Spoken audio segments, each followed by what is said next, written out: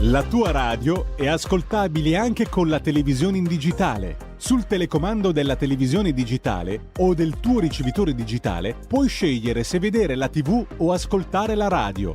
Risintonizza i canali radio e troverai anche Radio Libertà, canale 252.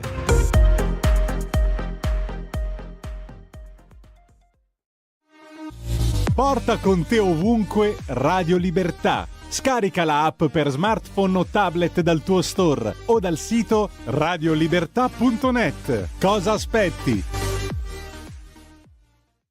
Un mondo oltre l'immaginazione. Un viaggio oltre ogni confine. Comincia l'avventura. Hai solo un'ora. Con Vincent. Movie Time. Ogni sabato dalle ore 16. La prossima volta che vai in vacanza, sia così gentile da farci sapere dove va.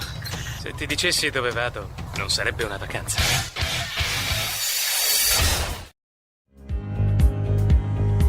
Va ora in onda la rassegna stampa.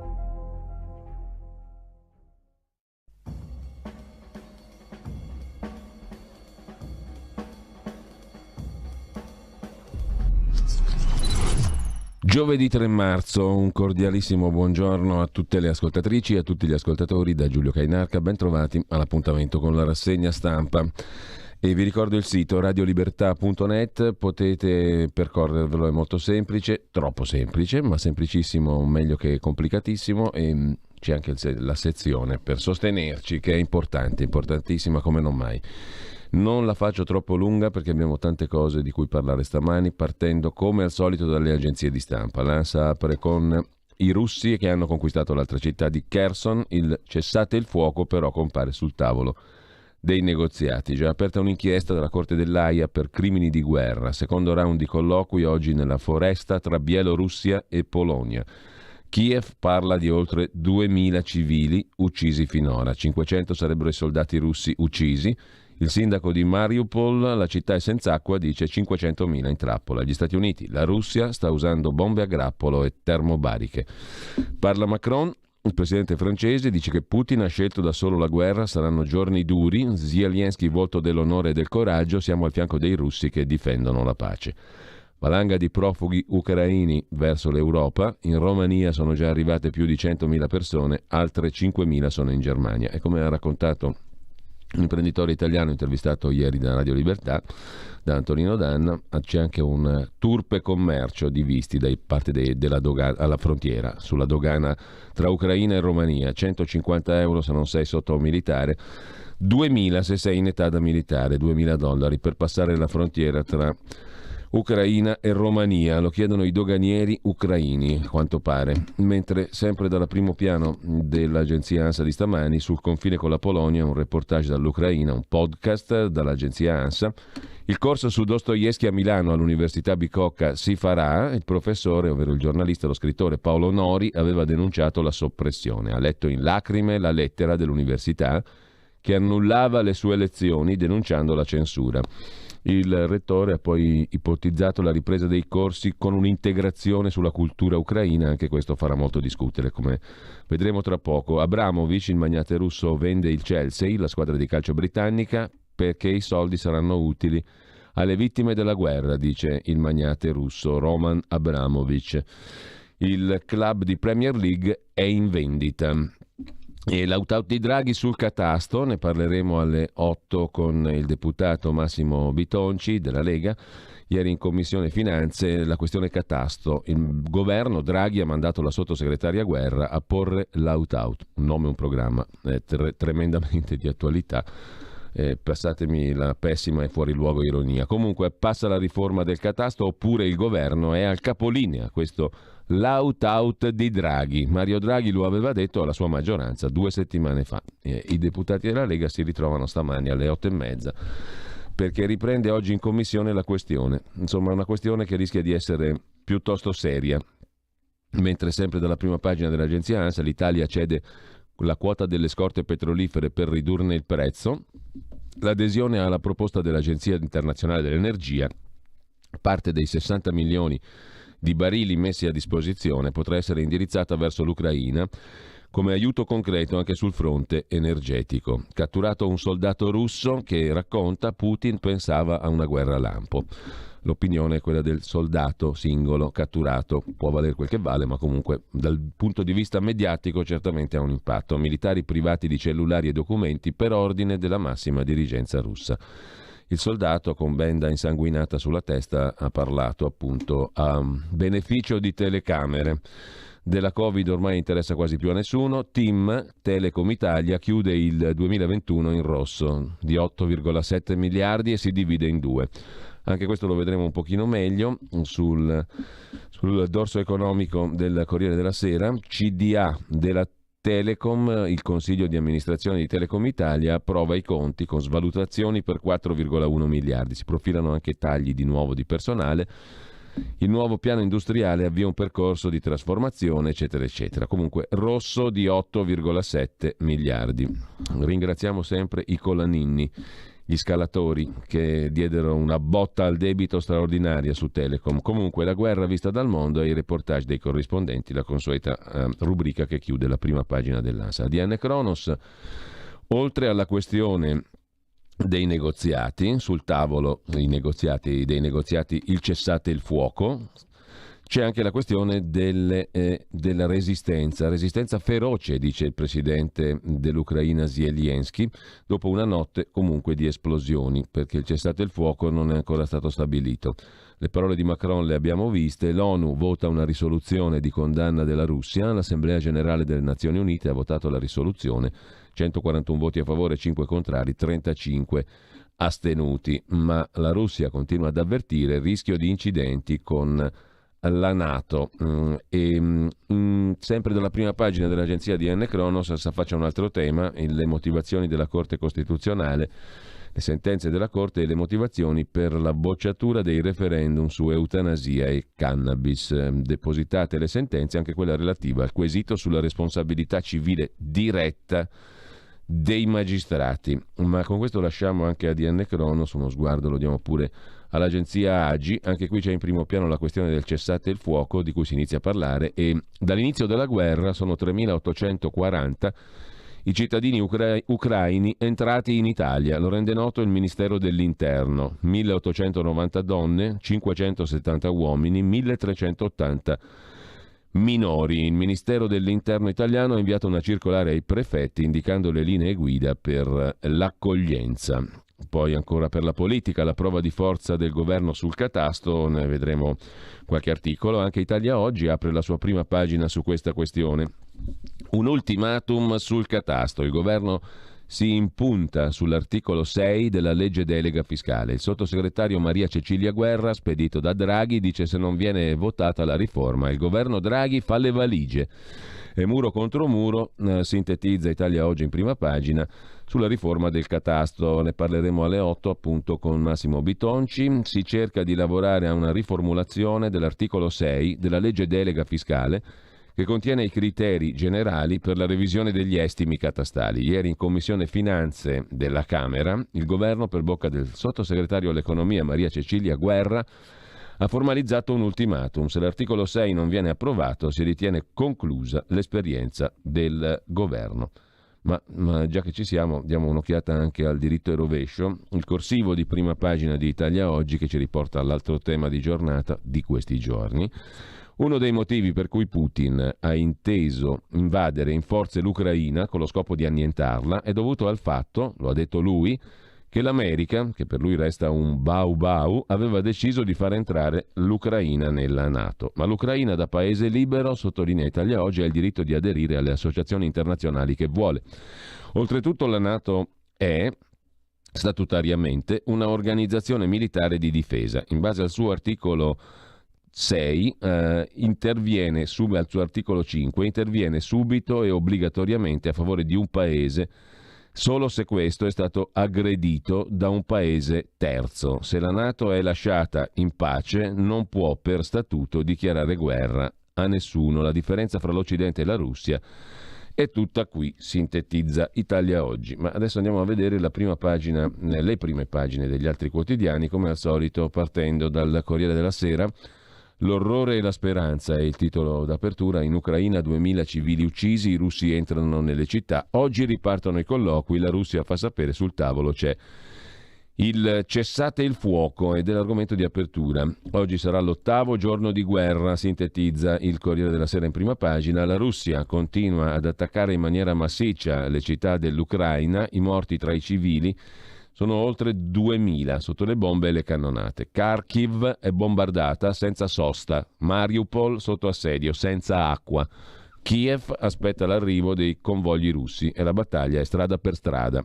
Oggi ripartono i negoziati, la Russia potrebbe mettere sul tavolo il cessate il fuoco, ma intanto si muore, scrive il Corriere nel sommario di prima pagina. Massimo Gramellini si occupa invece di Dostoevskij, del bando da parte dell'Università Bicocca di Milano sul corso dello scrittore e giornalista Paolo Nori su Dostoevskij. Poi vedremo un'intervista allo stesso Nori. Resta il dibattito: messo in salvo Dostoevskij, è giusto pretendere dai contemporanei russi una presa di distanza dal compatriota Putin che sta compiendo crimini di guerra nel cuore dell'Europa?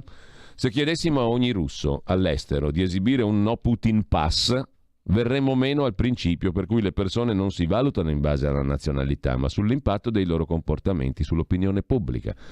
Distinguerei i cittadini comuni da quelli famosi e legati a Putin, possibilmente senza discriminare tra artisti e miliardari. Mentre il sindaco di Milano Sala ha vietato la Scala al musicista amico del dittatore, quello di Arzachena, in Sardegna, si è ben guardato dal togliere la cittadinanza onoraria all'oligarca putiniano che irrora di rubli la Costa Smeralda. Naturalmente il nostro sacerdote, il nostro Don Massimo, non può evitare la predica, mentre sempre dal primo piano del Corriere della Sera il reportage da Kiev di Lorenzo Cremonesi: bunker e barricate per i guardiani di Kiev, cade la prima città. Secondo il governo la guerra ha causato 2000 morti almeno tra i civili, e quali si aggiungono centinaia di vittime tra i soldati e una decina tra medici e soccorritori. La città che cade è Kherson, presa dai russi. Nuovi attacchi su Kharkiv, uccisa un'osservatrice dell'OSCE, l'AIA indaga per crimini di guerra, sintetizza il Corriere della Sera, la cronaca di Lorenzo Cremonesi. L'altro inviato, Andrea Nicastro, da Zaporizia, in fuga da Mariupol, vicino insomma al mare d'Azov, senza luce, senza acqua, russi alle porte, la città di Mariupol allo stremo. Il convoglio organizzato dai greci porta alla salvezza oltre il fronte. Si torna a negoziare in Bielorussia, Mosca mette sul tavolo il cessate il fuoco, vedremo, e poi il punto militare del Corriere della Sera di Guido Olimpio: perdite, trasporti, scorte, gli Stati Uniti parlano dell'armata in stallo, quella putiniana. Quanto durerà il conflitto, quando rischia di cadere Kiev, tutti gli scenari ipotizzabili. E poi ancora dal Corriere della Sera in primo piano, lo sfogliamo e poi andiamo alle altre prime pagine. Va segnalato l'articolo a pagina 14 di Federico Rampini sulla Cina, quel mondo che tifa per Putin e odia l'America. Non solo la Cina approfitta di questa crisi per collaudare un ordine finanziario alternativo al nostro. Nel nuovo sistema il binomio con Mosca è rafforzato anche da altri paesi, per esempio l'India. Per avere un punto di vista diverso dal nostro sulla tragedia ucraina si può leggere Ma Xue, ricercatore del China Institute of Contemporary International Relations, un pensatoio, un think tank legato all'intelligence di Pechino. La Russia, scrive l'esperto cinese, si è adattata dal 2014 per sopravvivere a dure sanzioni finanziarie post-Crimea. L'America e i suoi alleati europei finiranno per subire i danni dal loro sostegno dell'Ucraina. La Russia seminerà odio e sabotaggio della NATO. L'emergenza profughi metterà in crisi l'unità degli europei. Più Vladimir Putin ci appare, scrive Rampini, in difficoltà in Ucraina, e più si addensano le domande sui piani della Cina.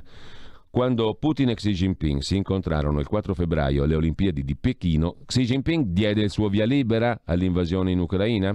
Se è così, bisogna capire qual è il tornaconto di Pechino. Quale ruolo si sceglierà nel nuovo mondo economico-finanziario la Cina, disegnato il mondo dalle durissime sanzioni occidentali contro Mosca? È possibile che decida di prendere le distanze dall'aggressione, come spera il presidente ucraino Zelensky quando invoca una mediazione cinese? O invece siamo di fronte alla realtà di un vero e proprio asse, Russia-Cina, con cui l'Occidente dovrà fare i conti a lungo? Soltanto la Cina ha forza economica e influenza politica tali da poter offrire una via di uscita a Putin, scrive Rampini. Che Xi Jinping abbia deciso di abbracciare la teoria dell'accerchiamento di Putin è chiaro dal comunicato congiunto che i due firmarono ai Giochi invernali un mese fa.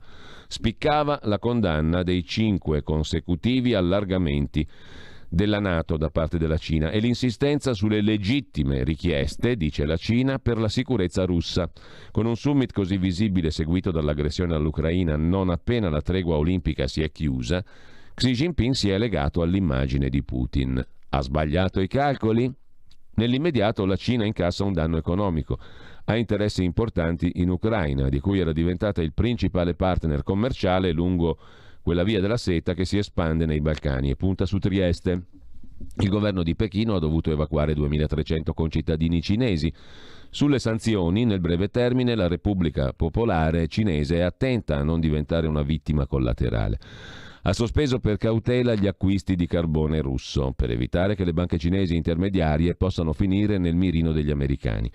Seconda economia mondiale, con un attivo della bilancia commerciale di 676 miliardi di dollari, la Cina non vuole guastare i rapporti che ancora intrattiene con noi, ma approfitta di questa crisi per collaudare un ordine finanziario alternativo al nostro. Pechino ha già un sistema parallelo per i pagamenti interbancari, Cross Border Interbank Payment System, o CIPS in sigla, che aggira ogni genere di sanzioni internazionali. È ancora piccolo, gestisce il 5% delle transazioni al mondo, ma sta crescendo.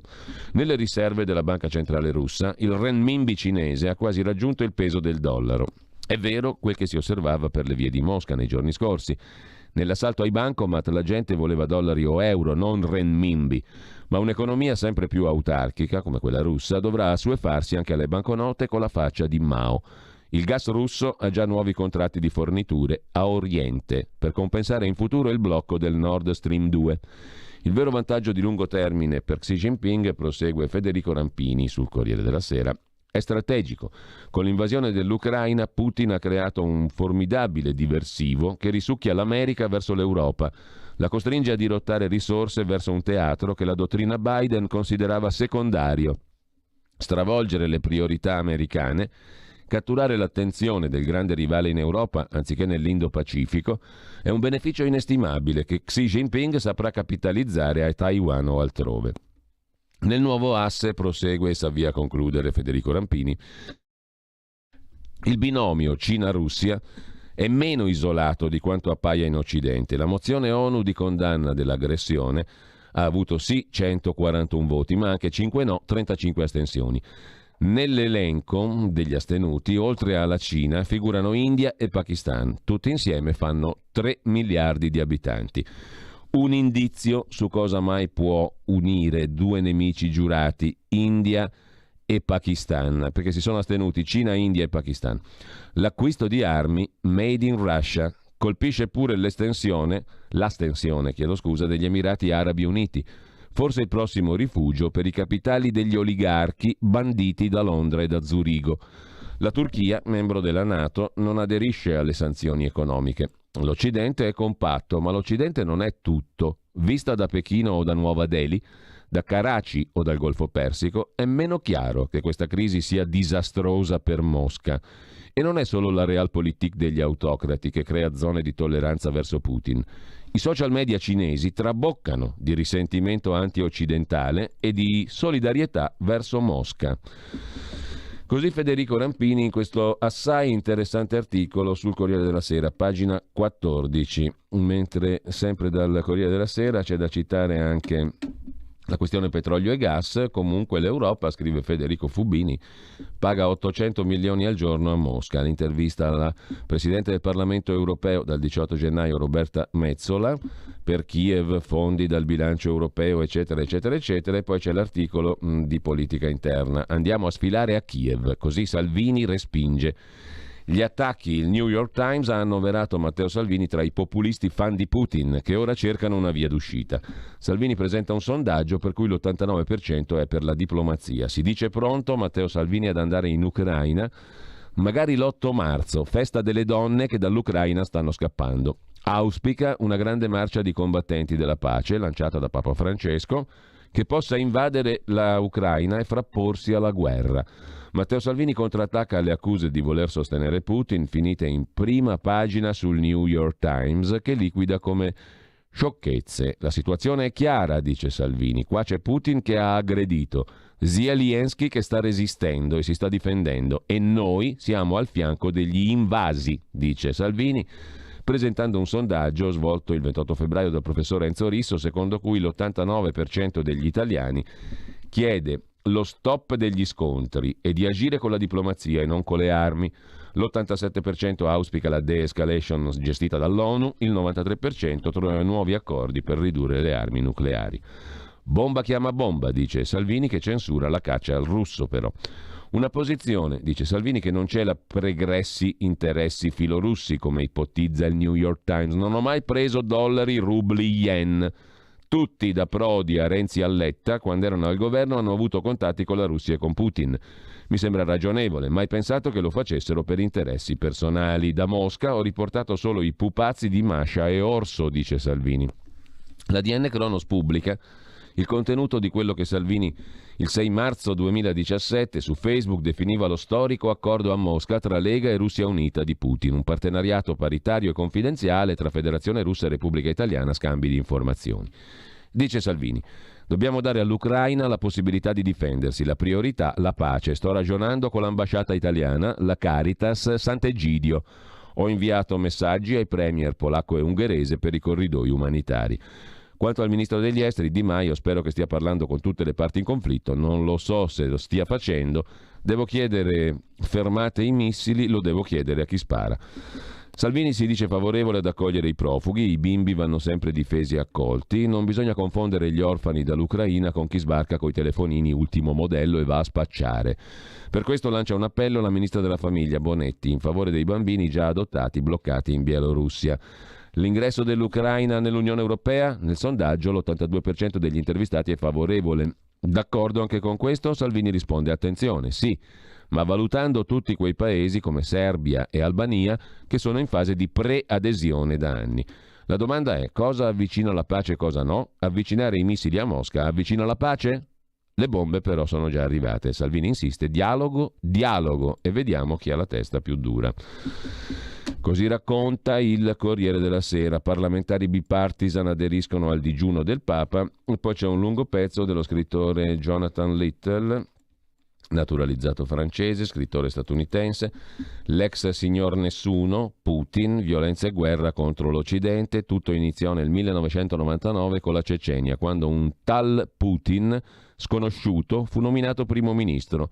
Toccò a Georgia, Crimea, Siria. L'Ucraina rappresenta il momento in cui lo zar ha scoperto tutte le carte. Con ciò lasciamo il Corriere della Sera e andiamo a vedere adesso anche le altre prime pagine a volo. Le prime pagine in attesa, c'era 5 minuti di collegarci con Massimo Bittonci per vedere una delle questioni del giorno, cioè l'out-out del governo sul catasto, sulla legge delega fiscale sostanzialmente. Andiamo a vedere però anche la Repubblica. Dicevamo, Repubblica mette in apertura una grande foto di guerra. A Zhytomyr, Ucraina, i cittadini si esercitano con le Molotov per difendere la città dai russi. Vedete una Molotov tra le teste di questi due cittadini ucraini che sta andando verso il suo obiettivo. Cade la città di Kherson, i russi martellano Kiev e Kharkiv, uccisi 2000 civili. Gli ucraini si battono con ogni mezzo. Condanna dell'ONU, la Cina si astiene. Oggi nuovo round di negoziati e poi l'intervista al ministro della difesa italiano Guerini. Bisogna imporre la tregua, dice Guerini. Da Repubblica passiamo alla prima pagina della Stampa di Torino. Anche qui c'è una grande foto in apertura. È la foto bellica del giorno, appunto. Putin fa a pezzi la civiltà. Ci sono i cadaveri di 2 cittadini ucraini in primo piano, anzi 3. Oggi nuovi negoziati tra russi e ucraini. Il Cremlino propone il cessate il fuoco sul tavolo, ma la pioggia di missili non si ferma, sottolinea la Stampa in prima pagina. Pezzo di Domenico Quirico: siamo già in guerra, ma non lo diciamo. E poi il libro postumo di Gino Strada, Affamato di pace, l'ansia di sicurezza delle democrazie nell'analisi del politologo Giovanni Orsina. I pasticcini e lo spumante, questo è il buongiorno di Mattia Feltri dedicato al leader della Lega. Temo di non essere in possesso, scrive Feltri Junior, delle competenze scientifiche necessarie per affrontare questo articolo. Infatti è successo che ieri Matteo Salvini abbia indetto una conferenza stampa per illustrare l'idea da cui è stato folgorato, con cui conta di risolvere la faccenda. Una grande marcia per la pace che invada pacificamente l'Ucraina e si frapponga fra il popolo e le bombe. Lui, spiega, sarebbe orgogliosamente alla testa del corteo. E insisto, scrive Mattia Feltri, sono sprovvisto degli strumenti scientifici per esplorare il processo mentale che conduca un leader politico a proporre una sfilata sotto i bombardamenti, per cui mi limito a un'osservazione di natura logistica. Non so quanto pagherei per vedere le facce delle guardie di frontiera ucraine mentre Salvini cerca di convincerle dei suoi ecumenici progetti. Però colgo l'occasione per un appello a Giancarlo Giorgetti, Luca Zaia, Massimiliano Fedriga e altri leghisti dotati di raziocinio e buon cuore. Facciamo qualcosa. Ho parlato con un amico che ci mette a disposizione il poligono di tiro di Monte Romano. Ho guardato su Google, è perfetto, ci portiamo con un elicottero Matteo che non se ne accorge, facciamo arrivare da Cinecittà un po' di figuranti con le divise, gli facciamo sparacchiare 2 colpi, un sosia di Putin, uno di Zelensky, colpiti dall'evangelica ispirazione del vostro segretario, si abbracciano e dichiarano l'armistizio. La guerra è finita, pasticcini, spumante e con le dovute cautele lo conduciamo in un'amorevole casa di riposo che a suo ulteriore beneficio chiameremo Palazzo Reale. Credetemi, è meglio per tutti, scrive Mattia Feltri in prima pagina sulla Stampa. Commenti? Non direi, commenti forse non ne servono. Intanto lasciamo anche la prima pagina della Stampa, andiamo a vedere La Verità di Maurizio Belpietro. La Verità apre con 2 questioni. Quella principale è: la guerra la fanno a Dostoevskij, il pezzo è di Giorgio Gandola, in Italia è partita la caccia al russo, vivo o morto. Dopo direttori, fotografi, disegnatori, nel mirino pure il grande scrittore. L'Università Bicocca stoppa il corso, poi è costretta al dietrofront. Il corso su Dostoevskij di Paolo Nori. Le truppe di Putin non si fermano, missili e vittime tra i civili, ma oggi si riprova a trattare. In taglio alto però c'è la questione D'Alema, lo scoop di Giacomo Amadori, la mediazione di D'Alema per vendere roba di Fincantieri e di Leonardo Finmeccanica alla Colombia, 80 milioni di stecca, ma D'Alema oggi intervistato dice: io non avrei visto €1 da quella mediazione. Tuttavia, La Verità insiste, D'Alema parlava con un contras assassino. Col modello indonesiano si fanno più soldi, dice il broker dell'affare colombiano. Anzi, lo dice lui, D'Alema. Il broker, a sua volta, dice il presidente D'Alema voleva altri appalti per 700 milioni di euro. Commenta il direttore, Maurizio Belpietro, un piazzista detto Baffino del Grillo, come i personaggi di Sordi. Finché c'è guerra c'è speranza, è il titolo di un vecchio film in cui Alberto Sordi recitava la parte di un mercante d'armi che andava in giro per il mondo per cercare di piazzare aerei e carri armati. Pietro Chiocca era il nome del personaggio, era la caricatura di un commerciante di pompe idrauliche trasformato in faccendiere per soddisfare le esigenze della famiglia. D'Alema non è un ex venditore di pompe e, conoscendo la tenuta umbra in cui produce un famoso vino, non mi pare abbia urgenti necessità di far quadrare il bilancio domestico. Ma a leggere la trascrizione di una lunga conversazione in cui, in cambio di commissioni milionarie, D'Alema si propone intermediario con la Colombia nella fornitura di corvette, sommergibili, caccia, sembra discorrere la sceneggiatura del film interpretato da Sordi, con l'ex presidente D'Alema un po' nella parte del Chiocca e un po' nella parte del Marchese del Grillo. Pare un film di Sordi, prima piazza le armi, poi dà la colpa a noi. Cresciuto a pane e partito comunista, D'Alema somiglia a un Marchese del Grillo con la passione del business, scrive La Verità con Maurizio Belpietro. Giacomo Amadori prosegue il suo resoconto. Con chi parla Massimo D'Alema nell'audio che abbiamo pubblicato nei giorni scorsi e in cui discuteva di forniture militari da vendere in Colombia? Con un ex comandante delle Autodefensas Unidas de Colombia, i sanguinari gruppi paramilitari impegnati nella guerra contro i rivoluzionari comunisti delle FARC. Si tratta di Edgar Ignacio Fierro Flórez, meglio conosciuto come Don Antonio. Si era parlato di lui sui giornali nel 2006, quando gli era stato sequestrato un computer contenente informazioni su un ex comandante delle AUC, Rodrigo Tovar Pupo, condannato negli Stati Uniti per narcotraffico. Un assassino, il gancio di D'Alema, rinforza oggi La Verità. Usiamo lo schema indonesiano, dice D'Alema, l'uomo dell'audio pubblicato dalla Verità, è un paramilitare colombiano condannato anche per più omicidi ma graziato. Un mediatore, tal Caruso, alla Verità dice le aziende parlavano tramite D'Alema e i suoi collaboratori. Radio Libertà. Veniamo da una lunga storia e andiamo incontro al futuro con spirito libero per ascoltare tutti e per dare voce a tutti.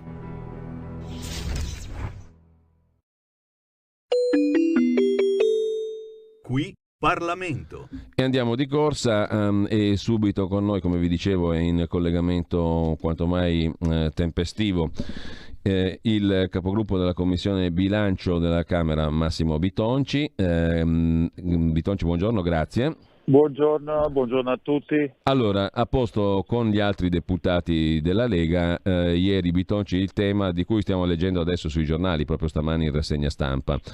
La questione dell'out-out del governo, Draghi tramite la sottosegretaria Guerra sulla riforma fiscale, delega fiscale che contiene anche la questione del catasto.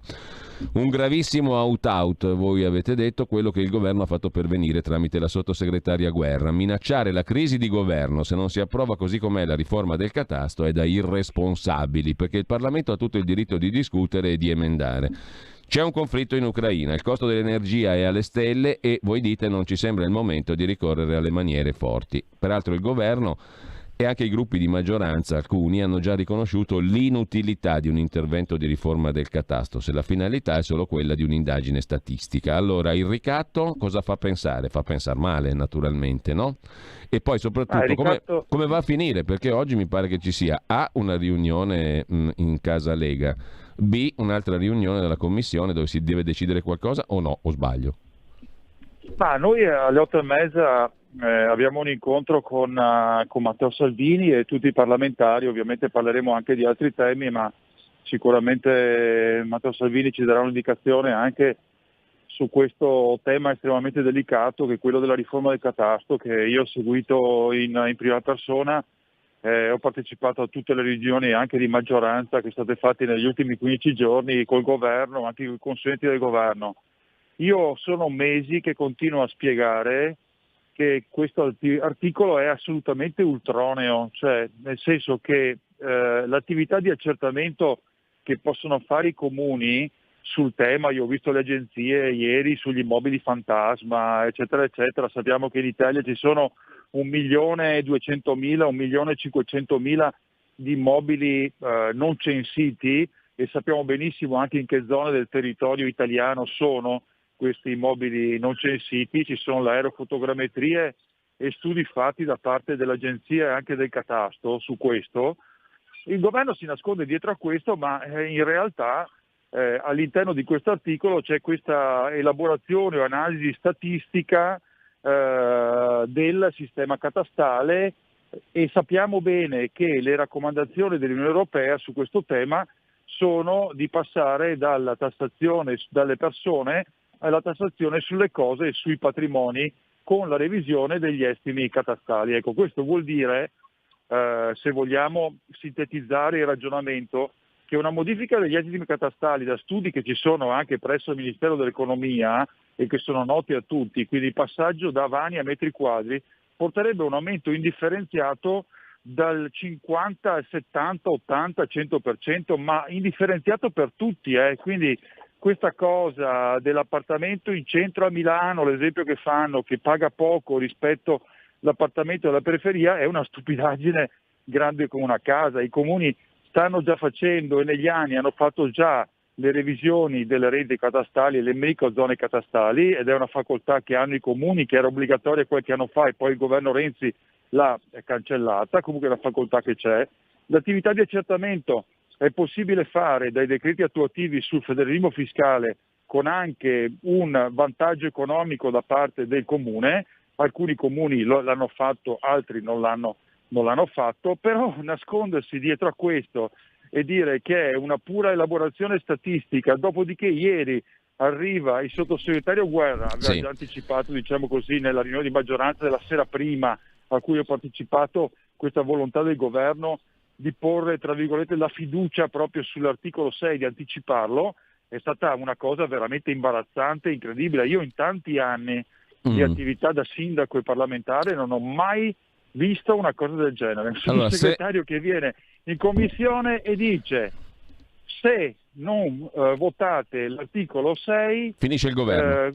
finisce il governo. Cioè, in un momento così delicato abbiamo votato l'altro giorno la risoluzione per dare fiducia al governo in un momento di crisi economica e con una guerra alle porte, e viene un sottosegretario a dire che questa elaborazione statistica, come chiamano loro, allora o uno o l'altro. Cioè, o è un'elaborazione statistica che non vale nulla, va bene, oppure sotto a questa ci sono i decreti attuativi, perché sappiamo che questo è un disegno di legge delega a cui seguiranno i decreti attuativi che vogliono dire riforma del catasto, quindi nuove tasse sulla casa per tutti. Onorevole Cioè, per Bitonci, essere chiari. certo, è chiaro il discorso, Perché però... quello adesso, poi concludo. Sì, prego. Il tema è questo.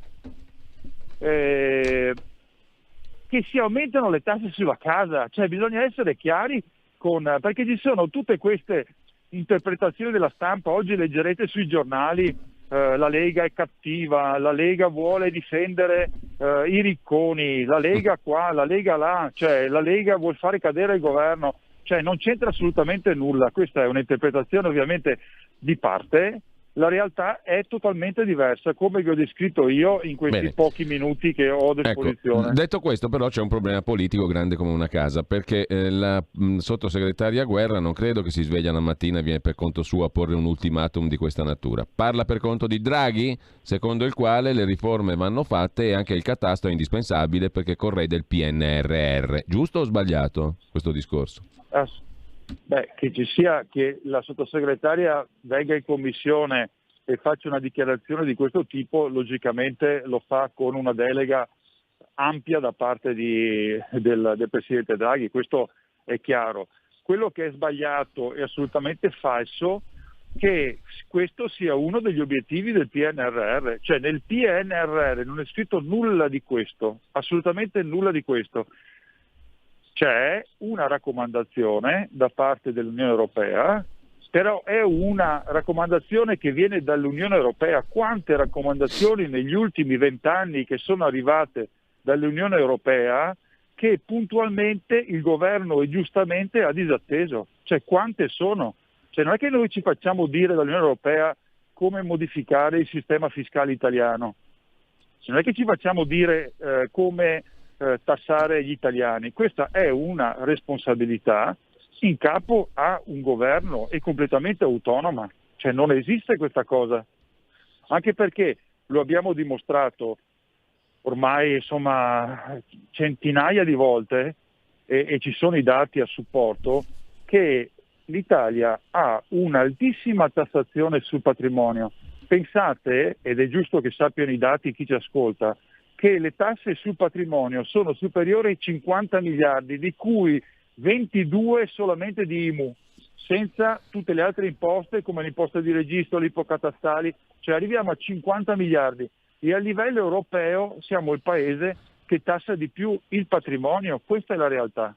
Allora, se vogliamo ammazzare il mercato immobiliare, se vogliamo colpire le famiglie, perché sapete benissimo che questo prelude a una tassazione anche della prima casa, questo è stato detto in maniera molto diretta da parte anche dell'Unione Europea, bisogna tassare anche la prima casa e noi su questo siamo assolutamente contrari, quindi faremo le barricate, l'abbiamo fatto ieri, purtroppo i numeri in commissione sono quelli che sono, perché siamo noi, Fratelli d'Italia, Forza Italia, Coraggio Italia, però già, devo dire, già ieri Forza Italia ha fatto questa proposta che vedremo oggi insieme al nostro capogruppo Molinari e gli altri componenti della Commissione Finanze.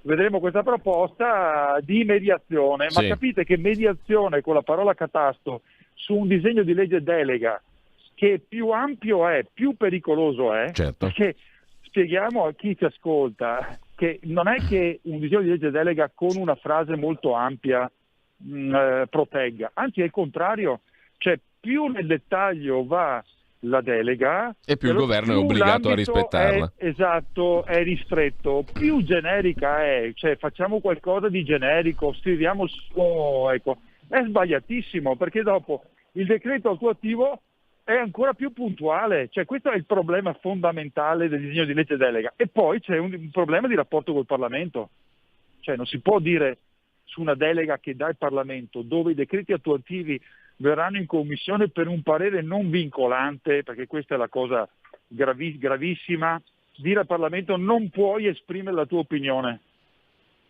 Siamo veramente a un livello di scontro che non si è mai visto negli ultimi mesi.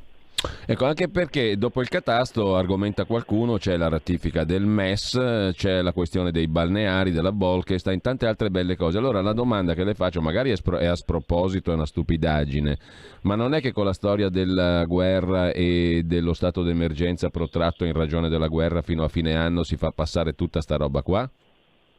Il pericolo è assolutamente quello, ce ne siamo accorti subito.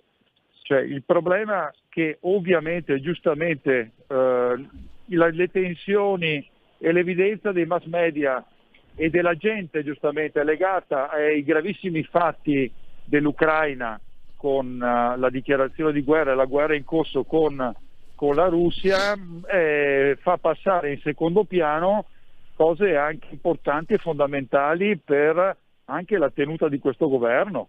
E quindi ci cerca di far passare queste cose così in cavalleria, ma è un errore gravissimo. Noi teniamo alta la tensione perché non vogliamo che questo periodo storico sia usato per far passare cose come questa, come la riforma del catasto, perché dobbiamo dire anche che alcune cose sono corrette, altre cose assolutamente sbagliate, e farle passare in un momento così delicato dal punto di vista economico e politico soprattutto. Allora, credo che ci dobbiamo salutare, però una domanda gliela faccio perché anche questa è abbastanza importante. È vero che anche nella Lega c'è chi ragiona più o meno così. Insomma, questa è un'indagine governativa, non c'è nessun pericolo, dura 5 anni, non impicchiamoci a sta storia del catasto. Sì, però io ribadisco, perché ovviamente in queste settimane abbiamo parlato a tutti i livelli, internamente e esternamente anche al nostro movimento. Se è un'indagine statistica, allora si può tranquillamente espungere. Cioè, se è una cosa che già si può fare, perché un'indagine statistica può essere fatta dall'agenzia e dal catasto senza passare attraverso un provvedimento di legge. Cioè non serve un disegno di legge delega, un decreto attuativo. E tantomeno minacciare la crisi di governo sopra, no? Esatto. Per cui, ripeto, ritorno a quello che ho detto all'inizio, o è una cosa o è l'altra, cioè o è la riforma del catasto con l'aumento delle tasse, e allora ci sta il tema della crisi di governo su questo, oppure se è una mera elaborazione statistica, allora a questo punto è facilmente cancellabile dal testo, quindi può essere tranquillamente espunta e non cambia assolutamente nulla, ma ho paura che siamo nella prima ipotesi. Ma la risoluzione proposta da Forza Italia, un emendamento per dire che appunto è un'indagine, dura 5 anni e soprattutto avverrà qualsiasi ridefinizione dei parametri catastali senza che il gettito varia, invarianza come si dice di gettito, cioè senza aumentare le tasse sulla casa, è una soluzione accettabile?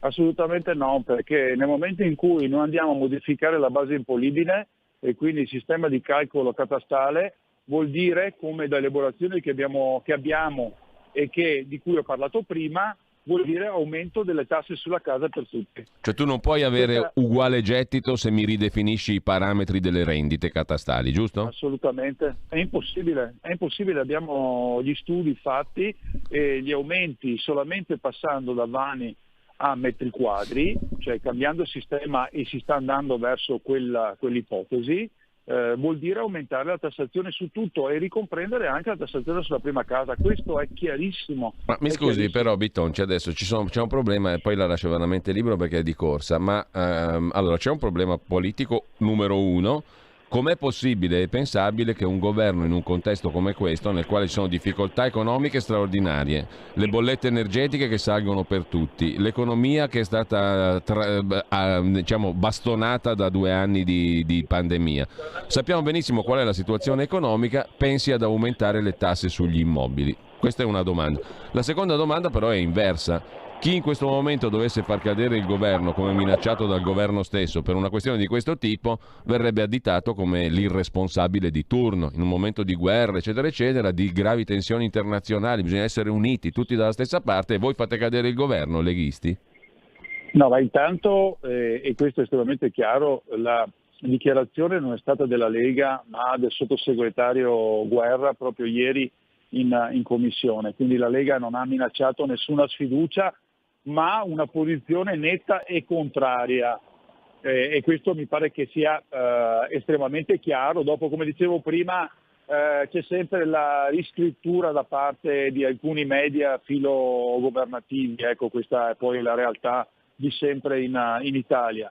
E poi c'è un tema fondamentale che è quello del rincaro dei costi dell'energia, che stanno facendo schizzare l'inflazione sopra il 5, 6, 7%, vedremo a fine anno come saremo messi, un rincaro che va in capo alle famiglie e alle imprese. Molte imprese hanno deciso di fare produzione la notte per ora o spegnere i forni, e sono le imprese energivore, famiglie che decidono di spegnere il riscaldamento, quindi siamo in una situazione veramente drammatica. Una situazione così drammatica per pensare di modificare il catasto e aumentare la tassazione sulla casa è un'ipotesi veramente assurda in un momento storico come questo. Che succede stamattina, secondo lei? Presumibilmente? Noi abbiamo alle 10 incontriamo Forza Italia e quindi valuteremo la loro proposta e vedremo poi quale sarà la ricaduta. Staremo a vedere. Grazie a Massimo Bitonci, è stato estremamente chiaro questa mattina. Buona mattinata, buon lavoro, ne ha tanto da fare. Grazie, un saluto a tutti. Speriamo buona bene. giornata. Da cittadini diciamo speriamo bene. Qui Parlamento. E allora torniamo fiduciosi alla nostra bella rassegna stampa. Andiamo a vedere adesso gli altri quotidiani di oggi. Dov'è che siamo finiti qua? Stiamo facendo un giro assurdo attraverso tutti i quotidiani. Chiedo un attimo alla regia di mettere la famosa tendina, che torniamo ai nostri giornali di oggi. Eccolo qua. Eravamo giusto appunto alla questione di D'Alema, il quale fa affari colombiani, nosotros también, sin contratto, compagnia bella, soldi, soldi, soldi, armi, armi, armi, forniture e via dicendo. La verità la sintetizza così. Il gancio di D'Alema era addirittura un assassino, pensate un po'. Mentre sulla questione c'è l'intervista sulla Verità a Giorgio Mulè, sottosegretario alla difesa. La doppia trattativa, cioè il governo italiano e D'Alema, è anomala. Il governo italiano si è legittimamente attivato per offrire copertura ai negoziati con la Colombia. Quello che non torna è il ruolo di D'Alema. Cosa cavolo ci fa D'Alema a trattare anche lui, oltre al governo italiano, per le forniture di roba alla Colombia? Dove roba non è la roba tipicamente colombiana, ma è quella italiana, vale a dire i prodotti navali aerei di Finmeccanica Leonardo e di Fincantieri. Comunque, in prima pagina sulla Verità c'è anche il volto di Mario Draghi. Il governo minaccia il Parlamento, ciò di cui abbiamo appena discusso con l'onorevole Bitonci. Votate il catasto o salta tutto. Il pezzo è di Daniele Capezzone e lo vedremo poi più in dettaglio. Mentre sempre dalla prima pagina della Verità, Francesco Borgonovo, alla ricerca costante di un nemico, il nuovo Novax è chi non si allinea. Il professor Giovanni Fraiesi a processo per un'opinione in TV, a pagina 14. Borgonovo riflette sul dissenso vietato anche sulla guerra. Il nuovo Novax è chi non si allinea. Prima la caccia ai renitenti del siero, adesso ai presunti russofili. Rifiutare la divisione tra buoni e cattivi costa l'emarginazione. Un piccolo esempio: il professor Giovanni Fraiese, docente universitario di endocrinologia, il prossimo 10 marzo dovrà presentarsi al cospetto di una commissione dell'Ordine dei Medici che deciderà nei suoi confronti. Ha prescritto farmaci proibiti? No. Ha in qualche modo rifiutato di curare un paziente? No. Si è limitato a esprimere opinioni in una trasmissione televisiva. Del resto censurano anche Dostoevskij, come giustamente scrive Giorgio Gandola in prima pagina sulla Verità di oggi. Qui Dostoevskij e Paolo Nori, l'autore del libro su Dostoevskij e colui che tiene il corso sullo scrittore all'Università Bicocca. La Bicocca ha cancellato il corso di Nori dedicato a Dostoevskij, poi si è rimangiata tutto l'Università milanese. Volevamo aggiungere autori ucraini e la toppa forse peggio del buco, anche dal governo voci indignate. Peccato che il ministero di Franceschini abbia lanciato il boicottaggio dei musei russi. La Triennale di Milano, col celeberrimo architetto, quello delle piante sui condomini, diciamolo così, per ridurre un po' il tutto al minimi termini, Stefano Boeri, l'architetto dei palazzi verdi, no? Dei palazzi con sopra le piante, per usare una definizione un po' balzana. Comunque Boeri, presidente della Triennale, ha detto russi giammai alla Triennale, design, arte, cultura, e questo significa il bando. Bandire coloro che portano design, arte e cultura è un segno distintivo di progresso, naturalmente. Gioco delle tre carte cinesi per fregare Mosca e l'Unione Europea, scrive invece Claudio Antonelli, sempre sulla Verità di oggi. Pechino mette in sicurezza le scorte di energia e materie prime per non legarsi troppo al vicino russo e proporsi come mediatore. Commenta Marcello Veneziani: come col Covid, hanno perso la testa, vogliono imprigionarci in un'ossessione. Vi prego, non fatevi imprigionare dal presente. Liberate la mente, pensate ad altro, fate altro, vivete altro. Quando la guerra o la pandemia si mangia ogni altro orizzonte, scrive Veneziani, sembra che nulla abbia più valore e senso se non l'evento unico e tremendo, EUT, con le maiuscole, che sta accadendo. Il discorso, sempre con la maiuscola, è unico e vorrebbero pure renderlo uniforme. Ogni altro orizzonte è intruso. Si spegne il passato, svanisce il futuro, si rattrappiscono altri mondi, altre visuali, altri campi. Siamo tutti concentrati, passivi, raccolti intorno a quel che sta succedendo a est. Il presente si fa ossessivo, invasivo, occupa tutta la vita, esaurisce il mondo delle relazioni, soprattutto pubbliche.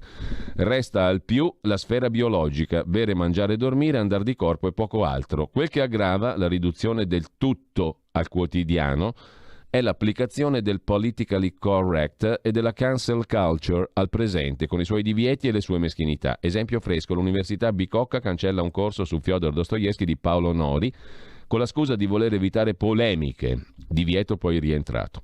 Si censura la cultura, il passato, per genuflettersi al presente. Quanta cultura tedesca o russa avremmo dovuto cancellare con questa demenza? Dopo Hitler, niente Kant, Goethe. Dopo Stalin, niente Gogol o Tolstoi. Qual è la ratio di questa censura se non lo schiacciare ogni passato, pensiero, letteratura a oggi? Che nesso c'è tra la letteratura esistenziale di Dostoevskij e i missili su Kiev? La cultura dovrebbe essere al contrario un modo per prendere le distanze. La letteratura, ultima vittima della dittatura del presente unico. Mentre si cerca di uscire dall'emergenza che ha livellato per 2 anni pensiero e informazione, irrompe una nuova narrazione bellica, scrive Veneziani, che prosegue l'opera di omologazione delle coscienze. Dobbiamo resistere.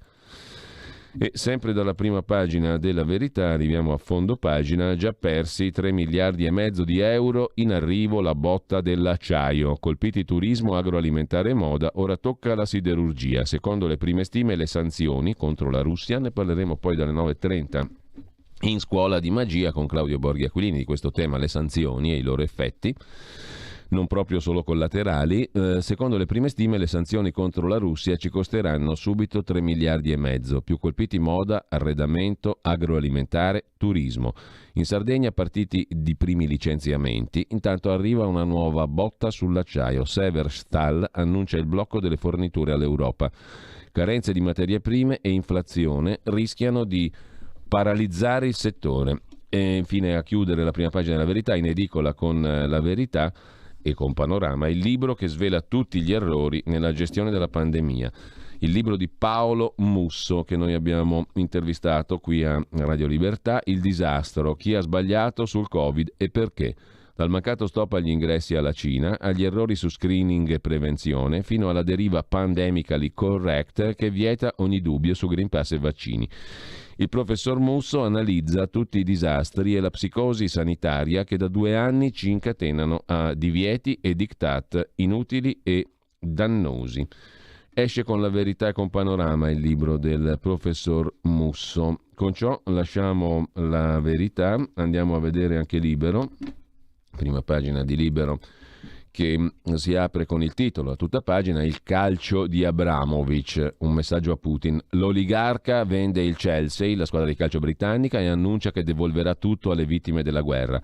Intanto l'Ucraina va verso la resa. Mosca insiste con la minaccia nucleare. Draghi lancia l'offensiva sulla casa. Tasse in vista, scrive Libero in prima pagina. Gli analisti onnipresenti in TV, gli analisti di geopolitica dopo i virologi sono diventati le nuove star televisive e Filippo Facci scrive un pezzo dedicato alle trattative nel luogo dove fu firmata la fine dell'Unione Sovietica, oggi come sul treno di Hitler. A pagina 4 il pezzo di Filippo Facci, le trattative nel luogo dove finì l'Unione Sovietica. Nella foresta al confine bielorusso venne firmato lo scioglimento dell'Unione Sovietica. Mosca vuole lanciare così un messaggio alla NATO. Questa è una vendetta. L'8 dicembre del 91 si ritrovarono all'interno della tenuta di caccia nella foresta di Bielawieckaja Puszka, in territorio bielorusso, i leader di Russia, Bielorussia e Ucraina per sancire la cessazione dell'Unione Sovietica e istituire la Comunità degli Stati Indipendenti. Per la Russia partecipò all'incontro l'allora presidente Boris Yeltsin. Oggi le delegazioni si ritroveranno nello stesso luogo. Un messaggio, insomma, una vendetta, dice Putin con questo. La follia di arrestare Dostoevskij, la bicocca che voleva eliminare il corso sullo scrittore russo, anche qui in prima pagina su Libero, e poi tutti contro lo zar, ma nessuno all'ONU vuole pagare. Sanzioni solo da Unione Europea e Stati Uniti. L'ultimo cronista rimasto a Kiev sotto le bombe, l'inviato del TG2 ne parla Gianluca Veneziani. I televirologi è un conto, ma c'è anche Pier Giorgio Giacovazzo del TG2, l'ultimo cronista della RAI rimasto a Kiev sotto le bombe. A chiudere la prima pagina di Libero, la denuncia di Zaia, il presidente del Veneto: la burocrazia Covid impedisce ai profughi di muoversi in Italia. Pagina 15, Libero si occupa in dettaglio della questione. Profughi fermati per il Green Pass. Denuncia del presidente veneto Zaia: rifugiati vaccinati con Sputnik ma senza certificati. Con le regole attuali gli è vietato muoversi o lavorare. Il Viminale stima l'arrivo di 700.000 persone in Italia, naturalmente. Intanto i partiti assediano speranza sul Green Pass, scrive Pietro Senaldi. Dopo la Lega anche Conte, 5 Stelle, chiede di cambiare. Da Libero andiamo a vedere anche Il Tempo di Roma, neodirettore Davide Vecchi dopo Franco Bechis, che andrà a dirigere un quotidiano economico di Belpietro. In Italia scoppia la guerra dei tir e l'apertura del Tempo di Roma. Putin continua a bombardare, intanto trasportatori strangolati dai rincari pronti a fermarsi. Le merci iniziano a mancare, l'ONU condanna l'aggressione ma la Cina si astiene e intanto sale a 2.000, ma anche l'India e il Pakistan, sale a 2.000 il numero di civili morti. Stamani in programma secondo vertice per una pace sempre più improbabile. E tra le altre questioni di prima pagina sul Tempo di Roma, con il Papa digiunano anche 270 parlamentari, scrive Francesco Storace. Evitare le battute, per favore. Mentre dal Tempo di Roma passiamo a dare un'occhiata anche al Giorno, Nazione, Resto del Carlino, dopo la consueta pausa delle 8:30. Stai ascoltando Radio Libertà. la tua voce libera, senza filtri né censura. La tua radio.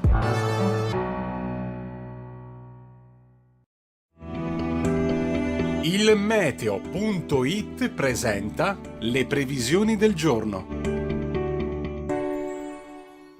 pressione atmosferica un pochino meno salda su un'Italia dove via via ci saranno più nubi nel corso della giornata, temperature stazionarie o in leggero aumento. In mattinata tendenza all'aumento della nuvolosità sul nostro paese, soprattutto sulle regioni centrali e sulla pianura padana, tuttavia con rischio di deboli precipitazioni quasi esclusivamente sulla Sardegna settentrionale e sulla Liguria, maggiori schiarite invece al sud. Nel pomeriggio non sono attese particolari variazioni, anche se la copertura nuvolosa andrà via via aumentando pure sulle regioni meridionali. Le previsioni di ilmeteo.it tornano più tardi. Una buona giornata da Stefano Ghetti. Avete ascoltato Le previsioni del giorno.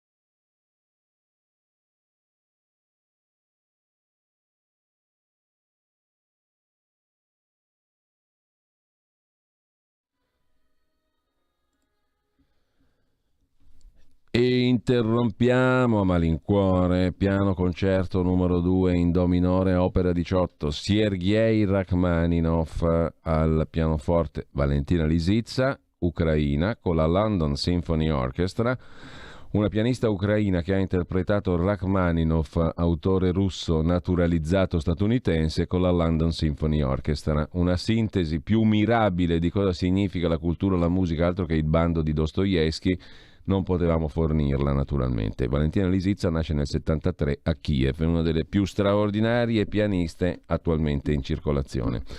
Intanto benvenuto e buongiorno a Carola Rossi, oggi con Silvia Bernardini, un altro ospite per il talk Envisioning. Il giovedì si cerca di immaginare quello che verrà, saper guardare oltre e l'innovazione. Buongiorno Carola. Buongiorno Giulio, buongiorno a tutti gli ascoltatori.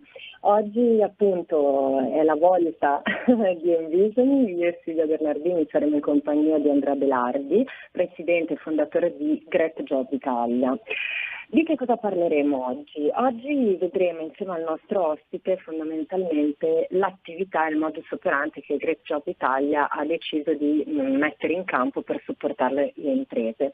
Il tema è legato alla difficoltà di gestione proprio a livello amministrativo nel regolarizzare i lavoratori o i contratti che troppo spesso le aziende si trovano a dover affrontare. Questo perché c'è una moltitudine di contratti e di declinazioni davvero pazzesca nel nostro paese, ma poi c'è anche una moltitudine di attività e di mansioni che spesso è difficile magari andare a inquadrare in un'unica dimensione e tutti questi fattori rendono spesso davvero complicato per l'imprenditore o la piccola e media impresa muoversi e fare le mosse giuste. Insieme al nostro ospite capiremo un po' come Great Job Italia lavori sul concetto di rete di imprese, soprattutto in primis cercando di capire che cosa significa per rete di imprese e quali sono le reti che davvero operano in maniera corretta e legale, perché purtroppo anche da questo punto di vista c'è molta confusione in Italia, e vedremo appunto che tipo di soluzioni e benefici il fare rete tra le imprese in maniera ovviamente strutturata e regolarizzata possa di fatto essere il punto di forza per risolvere tutta una serie di burocrazie o complicazioni. Quindi un appuntamento abbastanza tecnico ma sicuramente molto interessante che andremo a spiegare con parole poi molto semplici. Andrea da questo punto di vista è molto bravo a spiegare anche i paroloni che spesso si nascondono dietro la burocrazia italiana e quindi insomma un appuntamento da non perdere per chi magari vuole capirci qualcosina di più. Grazie. Quindi vi aspettiamo dopo. Grazie a Carola Rossi, a più tardi alle 12. A voi, a più tardi, grazie. Alle 9.30 invece avremo con noi Claudio Borghi Aquilini, si parla di sanzioni nella puntata odierna di Scuola di Magia. Alle 10.35 Zoom con Antonino Danna, che tra l'altro dalla prossima settimana, qui lo annunciamo e poi ci sarà naturalmente modo di chiarirlo, ma non c'è molto da chiarire. Dalla prossima settimana Zoom trasborda alle 18 del pomeriggio, dalle 18 alle 20 nella fascia preserale, che torniamo in qualche modo a presidiare dopo un lungo periodo nel quale quella fascia lì era stata oggettivamente e per forza trascurata. Adesso cerchiamo di riappropriarci anche di una fascia importante, quella appunto del tardo pomeriggio che precede i TG della sera, che è una fascia rilevante per tutte le radio e per la giornata stessa, perché lì si fa la sintesi un po' della giornata. Quindi Zoom dalle 18 alle 20, il punto politico di Pierluigi Pellegrini, che forse cambierà nome perché sempre più si caratterizza, forse diventa oltre la pagina, le pagine che abbiamo letto prima, quelle della mattinata, della rassegna stampa e degli approfondimenti fino alle 10:30, diventa il luogo sempre più in cui si cerca di capire dove va il mondo sotto il profilo del dibattito delle idee, sociologia, cultura, economia.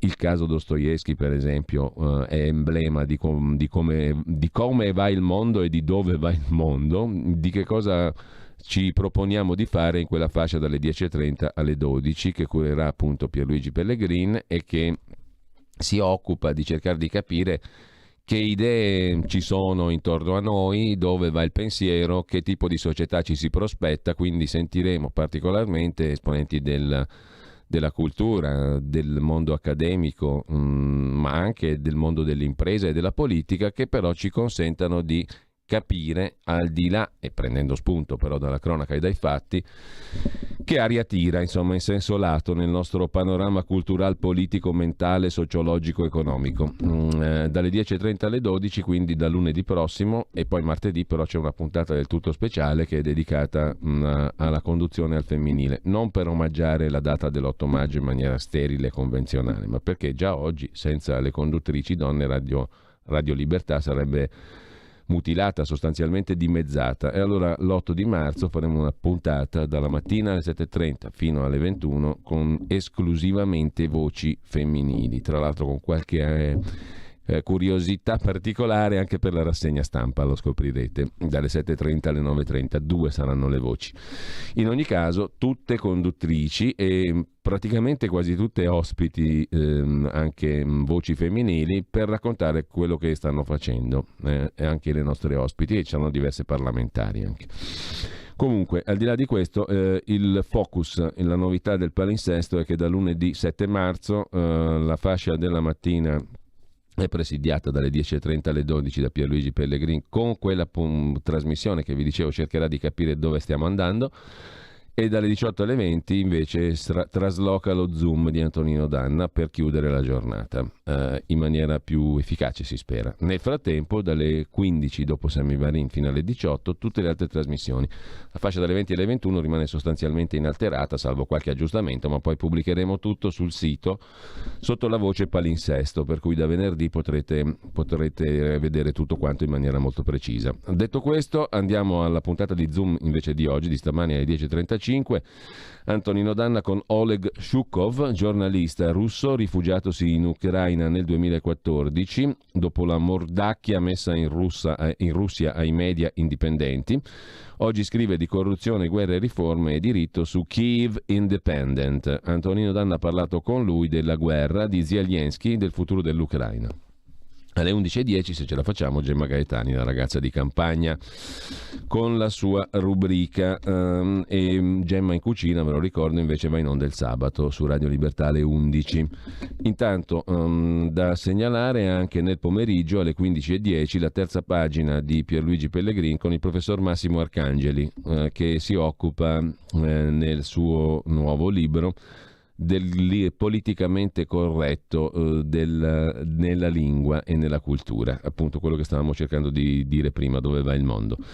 In questo caso si parla, la lingua scema è il titolo del libro del professor Massimo Arcangeli, anche di quel simboletto, quel segno grafico, lo schwa, che rischia di diventare il virus col quale le avanguardie woke stanno tentando di infettare la lingua, che è la prima fonte di espressione, la prima forma di espressione dell'essere vivente. Con ciò lasciamo lo sguardo al nostro palinsesto, dalle 13 alle 15 come sempre il giro per i territori e per le musiche di Semivarin, ma torniamo, dicevamo, alle prime pagine di oggi. Cosa dobbiamo ancora vedere? Un po' di prime pagine, tra le quali quella del Quotidiano Nazionale, Giorno, Nazione, Resto del Carlino, la vediamo subito. L'apertura è sulla minaccia nucleare. Su questo aspetto si sofferma anche il direttore Michele Brambilla. Se un pazzo schiacciasse il bottone, il terrore sempre rimosso. La terza guerra mondiale sarebbe nucleare, devastante, frase ovvia. Ma ieri queste parole hanno avuto un peso perché a pronunciarle è stato Sergei Lavrov, il ministro degli esteri di Putin. Dette da lui fanno paura queste parole. Naturalmente gli analisti fanno presente che sono parole di minaccia, non annuncio di quanto Putin vuol fare in Ucraina. Come dire, state attenti, se intervenite contro di noi sarà guerra mondiale e inevitabilmente anche nucleare. Gli analisti aggiungono che una frase del genere, scrive il direttore del Quotidiano Nazionale Michele Brambilla, ci dovrebbe confortare più che spaventare. È la prova delle difficoltà in cui si è infilato Putin. Sarà così, ma non so se qualcuno di voi ricorda The Day After, film dell'83 che ipotizza una guerra nucleare Stati Uniti-Unione Sovietica. Durante tutti i giorni della crisi l'allarme cresceva, ma era sempre accompagnato da una certezza: nessuno sarà mai così pazzo da premere il bottone. Una certezza che traspariva nei commenti, nei dibattiti, nelle dichiarazioni dei politici, nella gente comune. C'è una famiglia che vive quei giorni, i giovani pensano a far l'amore, i vecchi ricordano la crisi dei missili di Cuba, sono convinti che finirà come allora. Invece nel film qualcuno il bottone lo schiaccia. Il giorno dopo il mondo è un immenso cimitero. Vogliamo sdrammatizzare? Ricordo una formidabile battuta di Stanislav Jerzy Lech, il geniale scrittore polacco nato nel 1909 a Leopoli, in Ucraina. Non aspettatevi troppo dalla fine del mondo. Speriamo che finisca così, con un sorriso, ma c'è davvero da pregare, come fa la donna che abbiamo messo nella foto in prima pagina, scrive il Quotidiano Nazionale, che mette in prima pagina la foto da Leopoli di una donna che prega nella chiesa dei Santi Pietro e Paolo. C'è davvero da pregare, conclude Michele Brambilla in prima pagina sul Giorno, Nazione, Resto del Carlino. Non ho mai citato in questo articolo la parola Russia, ho sempre scritto Putin. Questa non è la guerra dei russi, è la guerra di Putin, un tiranno che pare impazzito. Tommaso d'Aquino, santo, dottore della Chiesa, Diceva che è lecito pregare per la morte del tiranno e se questi non muore è lecito ucciderlo. Nessuno di noi vuole spargere del sangue, ma che qualcuno in Russia fermi quell'uomo, sì, questo lo preghiamo, scrive Michele Brambilla sul Quotidiano Nazionale, che lasciamo per andare a vedere anche la prima pagina del giornale. Il giornale di Minzolini apre con il titolo a tutta pagina: la strage di Putin, vuole cancellare l'Ucraina, Mariupol senza acqua, bombe a grappolo su Kharkiv, 2000 civili uccisi, oggi nuovi negoziati ma è a rischio escalation, caccia ai russi sui cieli svedesi, l'ONU mai così compatta, l'aggressione si deve fermare, dicono anche le Nazioni Unite. 2 foto, donne simbolo contro gli invasori, la prima foto sul giornale Budapest 1956, la seconda Kiev 2022. C'è da dire che le 2 foto mostrano 2 ragazze che veramente si somigliano tantissimo, nonostante la prima sia appunto una ungherese del 56, la seconda un'ucraina di oggi, del 2022. Kiev come Budapest, scrive Massimo Veronese, la storia si ripete. E sempre dalla prima pagina del giornale c'è da segnalare il pezzo di Stenio Solinas sulla destra al bivio, spaesata dall'invasore, da Putin. Vecchi amici, nuovi nemici. Si affaccia anche il tema del catasto sul giornale, il ricatto del governo, senza il sì cade il governo, l'ultimatum della sottosegretaria Guerra. La Lega riapre le ostilità contro il governo sul catasto, bloccando l'esame in commissione della delega fiscale. Per quanto riguarda invece la destra, Stenio Solinas sottolinea il rapporto tra la destra e Putin in prima pagina sul giornale. Una lunga storia che ha inizio quando Putin non c'era ancora e l'Unione Sovietica era appena scomparsa. La fine di un mondo, di un'epoca, di un'ideologia e il cercare di capire, lasciando perdere le chiacchiere, scrive in prima pagina sul giornale Stenio Solinas, appunto, sulla fine della storia, cosa sarebbe venuto al suo posto. Abbiamo scritto la destra per comodità, di destre ce ne sono invece state tante, non sempre, quasi mai concordi. Schematicamente diremo che di quella destra non fa parte quella liberale, liberista, capitalista, filo occidentale, filo americana, che al suo interno restassero elementi identitari, un accenno alle radici europee, una difesa delle tradizioni, degli usi, dei costumi, un conservatorismo di fondo, un fastidio per l'American Way of Life, un anticomunismo radicato, indipendentemente o meno dall'esistenza del comunismo, la rendevano e la rendono questa destra spesso contraddittoria, schizofrenica nelle sue scelte politiche, ma questa è un'altra storia. Chi invece ne faceva e ne fa parte è una destra che potremmo definire radicale, più sociale che liberista, europea, nel senso che il suo occidente non è quello americano.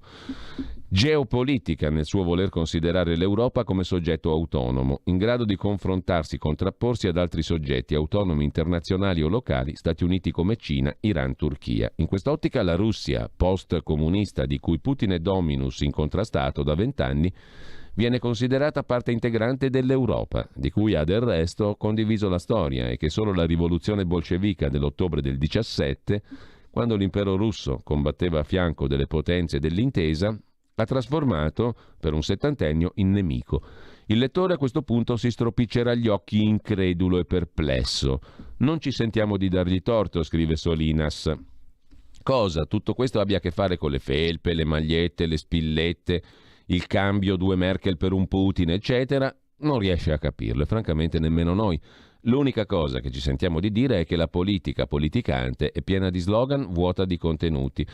Insomma, il dilemma della destra spaesata dall'invasore. Ha sempre considerato la Russia post-comunista parte integrante e necessaria dell'Europa. Anche la storia della sinistra è piena di dittatori e imperialisti. Per l'Ungheria la protesta fu ideologica, oggi è differente. La destra di Putin. E l'autoritarismo, il decisionismo, il populismo antidemocratico non sono forse parte di quella destra?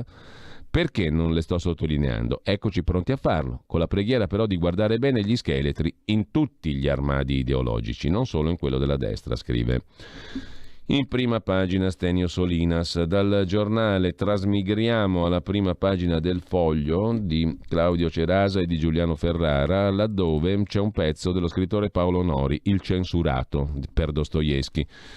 Paura di Dostoevskij, la censura della bicocca è un messaggio pericoloso, scrive Paolo Nori. Da qualche anno insegno traduzione dal russo alla Yulm di Milano. Martedì mattina con Ruslan Cecele, Ariana De Pilla, Chiara Lo Zito che seguono il corso del secondo anno, abbiamo tradotto l'editoriale che il premio Nobel per la pace Dmitry Muratov ha pubblicato sul numero del 25 febbraio del quotidiano che dirige, Novaya Gazeta. Muratov ha scritto: stamattina presto ci siamo trovati in redazione addolorati. Il nostro paese, per ordine del presidente Putin, ha dichiarato guerra all'Ucraina. Non c'è nessuno che può fermare la guerra. Oltre a essere addolorati abbiamo vergogna. Dalla mano del comandante supremo, come il portachiavi di una macchina di lusso, penzola il pulsante dell'attacco nucleare. Che il passo successivo sia un'esplosione nucleare? Non riesco a interpretare in altro modo le parole di Putin sull'arma della rappresaglia. Ma questo numero di Novaya Gazeta lo pubblichiamo in edizione bilingue, ucraino e russo, perché per noi l'Ucraina non è un nemico e la lingua ucraina non è la lingua del nemico e non lo saranno mai.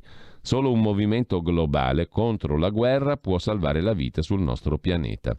Scriveva sulla Novaya Gazeta, appunto, Dmitry Muratov, premio Nobel per la pace, direttore del quotidiano citato da Paolo Nori.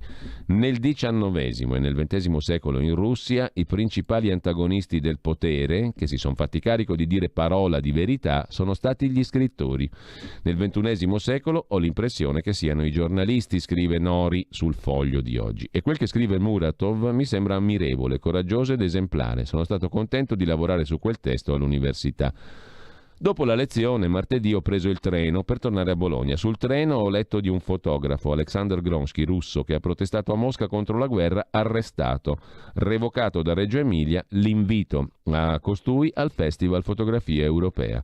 L'unica colpa di Gronsky, essere russo. In patria l'hanno arrestato, a Reggio Emilia gli hanno revocato, perché è russo, il permesso, l'invito al Festival di Fotografia. Essere russi oggi è una colpa in Occidente e in Italia, anche se si è contro la guerra. In prima pagina poi sul Foglio, oltre al pezzo di Paolo Nori, c'è un articolo, due anzi, sulla Lega. Il leader della Lega vuole partire per una missione di pace in Ucraina. Sono pronto a rischiare. Nel 2015 annunciò: la guerra all'ISIS, sono pronto a partire anch'io. Ho fatto un anno di servizio militare, farei tutto quel che c'è da fare per difendere il futuro dei miei figli e la pace. Alla fine però Matteo Salvini si dimenticò di andare in Siria e in Libia, ironizza il Foglio. Ma attenzione, dopo 7 anni il leader della Lega si sente ancora abile e arruolato come combattente della pace. Non ha in mente di citofonare al Cremlino: scusi, lei bombarda? E nemmeno è pronto a gesti estremi, bla bla bla. Avete già capito, insomma, il tono della questione. Presa per il culo a Salvini sulle sue intenzioni di andare in Ucraina con una missione di pace. E lasciamo con ciò la prima pagina del Foglio. Andiamo a vedere anche il Fatto Quotidiano di Marco Travaglio. Apertura dedicata alle nostre armi a Kiev e sopra le nostre armi l'ombra dei contractor. Nuovi business, scrive il Foglio, il Fatto, difficile che le consegne all'Ucraina, a Zelensky eccetera, le faccia la NATO e le agenzie private sono già sul posto. L'ombra dei contractor. Missili, morti e trattative delle Nazioni Unite. Putin non è solo. Al Palazzo di Vetro passa la mozione di condanna, ma c'è anche un fronte filorusso perfino alle Nazioni Unite. E sopra la testata la frase del giorno: dopo la finta unità nazionale sulle armi all'Ucraina, Movimento 5 Stelle e Lega sfidano di nuovo Draghi.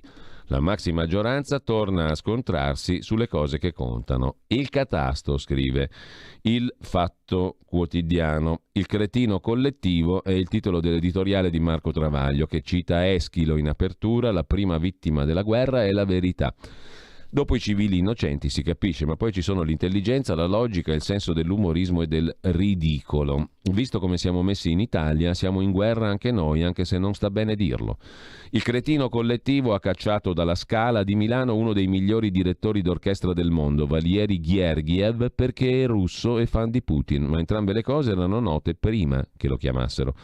Una delle migliori soprano, Anna Nietriebko, ha annunciato che diserterà la Scala di Milano per non finire come Gergiev, essendo pure lei orripilantemente russa.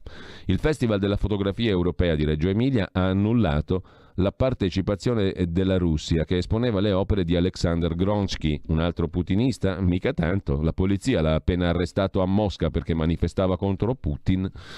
Pazienza, effetti collaterali. È russo pure Medvedev, il tennista numero 1 del mondo, che la federazione ucraina chiede di escludere dal Grande Slam, anche se si è pronunciato contro la guerra. E soprattutto è russo quel tal Dostoevsky, sedicente scrittore che con Tolstoi, Chekhov, Pushkin, Gogol e altri putribondi figuri minacciava di diffondere la propaganda putiniana alla Bicocca di Milano. Così l'Ateneo ha sospeso il seminario del loro studioso per evitare qualsiasi forma di polemica, ha detto l'università. Poi ci ha messo la toppa peggiore del buco. Volevamo provare ad aggiungere anche autori ucraini. La par condicio applicata alla letteratura postuma. Ora nel mondo della TV trema Carmen Russo, con quel cognome lì.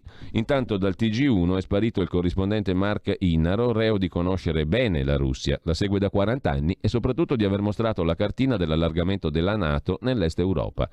Ma benedetto uomo, chi glielo fa fare di mostrare cartine? Pensi alle ragazze.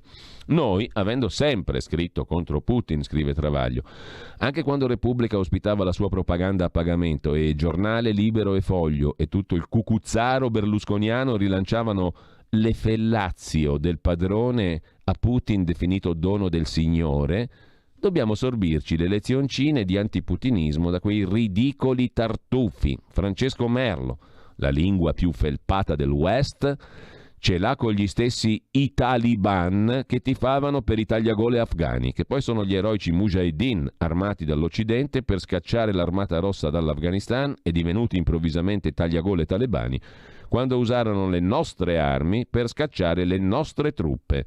A proposito, conclude Travaglio, le armi che stiamo inviando agli ucraini, se vince Putin, le userà contro di noi, che in fondo gli somigliamo sempre di più, perché le guerre presto o tardi finiscono, il cretino collettivo mai. Dal Fatto Quotidiano andiamo a vedere anche il Domani di Carlo De Benedetti, apertura del quotidiano diretto da Stefano Feltri su un pezzo di Futuro d'Aprile. L'Italia di Renzi armava Putin in violazione dell'embargo europeo, le armi date dall'Italia all'aggressore russo. Il governo italiano pronto a dare armi all'Ucraina. Si è scordato che nel 2015 ha autorizzato la vendita di blindati a Mosca, già colpita dalle restrizioni dopo l'annessione della Crimea. Anche una fornitura di munizioni nel 2021. Sistemi anticarro, antiaereo, mitragliatrici, mortai sono armi che il governo italiano è pronto a cedere a Kiev contro la Russia, ma negli anni successivi all'invasione della Georgia e della Crimea, proprio dall'Italia sono partiti verso Mosca armi, munizioni e blindati. A confermarlo i dati, ma anche i video diffusi sui social. Nei primissimi giorni dell'invasione si vedono soldati ucraini impossessarsi di un blindato 4x4 Lynx di produzione Iveco, abbandonato sul campo dalle forze russe.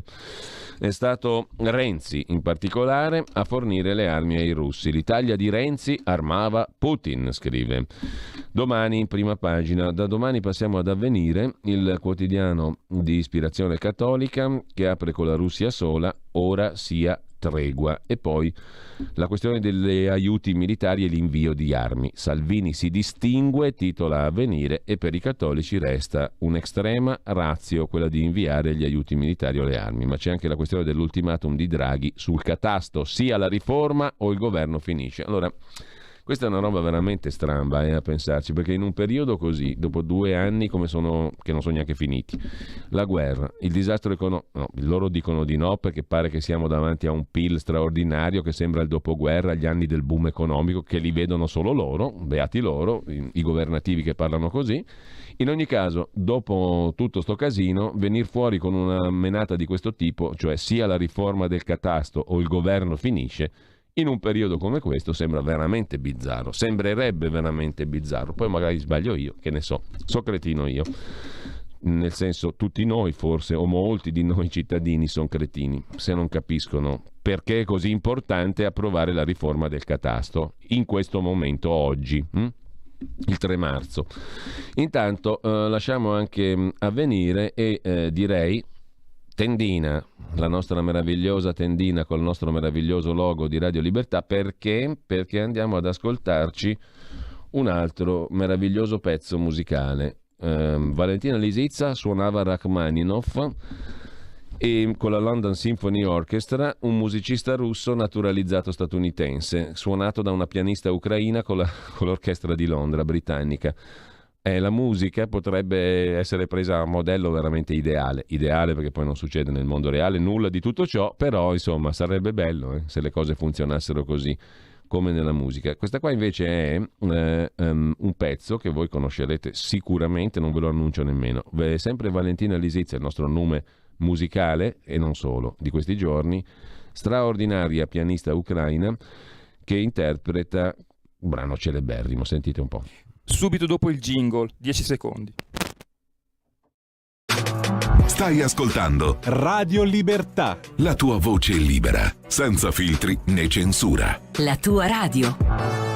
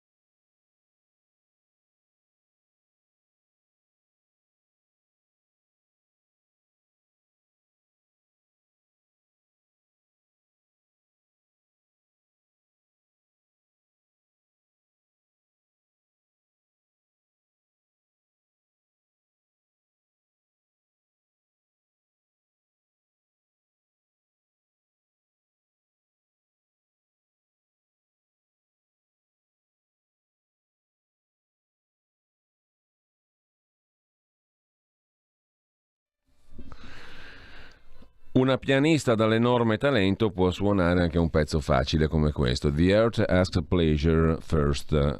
Il cuore chiede innanzitutto, chiede lui per primo la sua soddisfazione, il suo piacere. Di Michael Nyman, la colonna sonora del film Lezioni di piano, che tutti ricorderete. Valentina Lisitsa al pianoforte, ma noi torniamo adesso ai quotidiani di oggi e andiamo a vedere alcuni degli articoli principali di giornata, tra i quali credo senza dubbio il resoconto di Fausto Biloslavo da Kiev per il Giornale.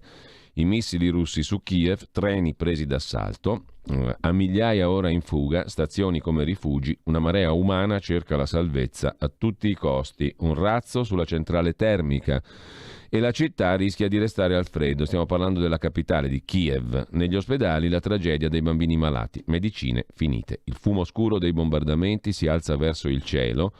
Dai sobborghi a nord di Kiev inizia il suo pezzo, l'inviato del Giornale, Fausto Biloslavo. Da dove ci troviamo, periferia, non distano più di 2-3 chilometri. I russi si avvicinano, almeno con gli attacchi d'artiglieria o dal cielo, per spianare la strada alla colonna infinita di carri armati, blindati e mezzi di ogni genere che punta sulla capitale. Le forze ucraine hanno fatto saltare il ponte che collega Irpin a Kiev, dove si combatte da giorni.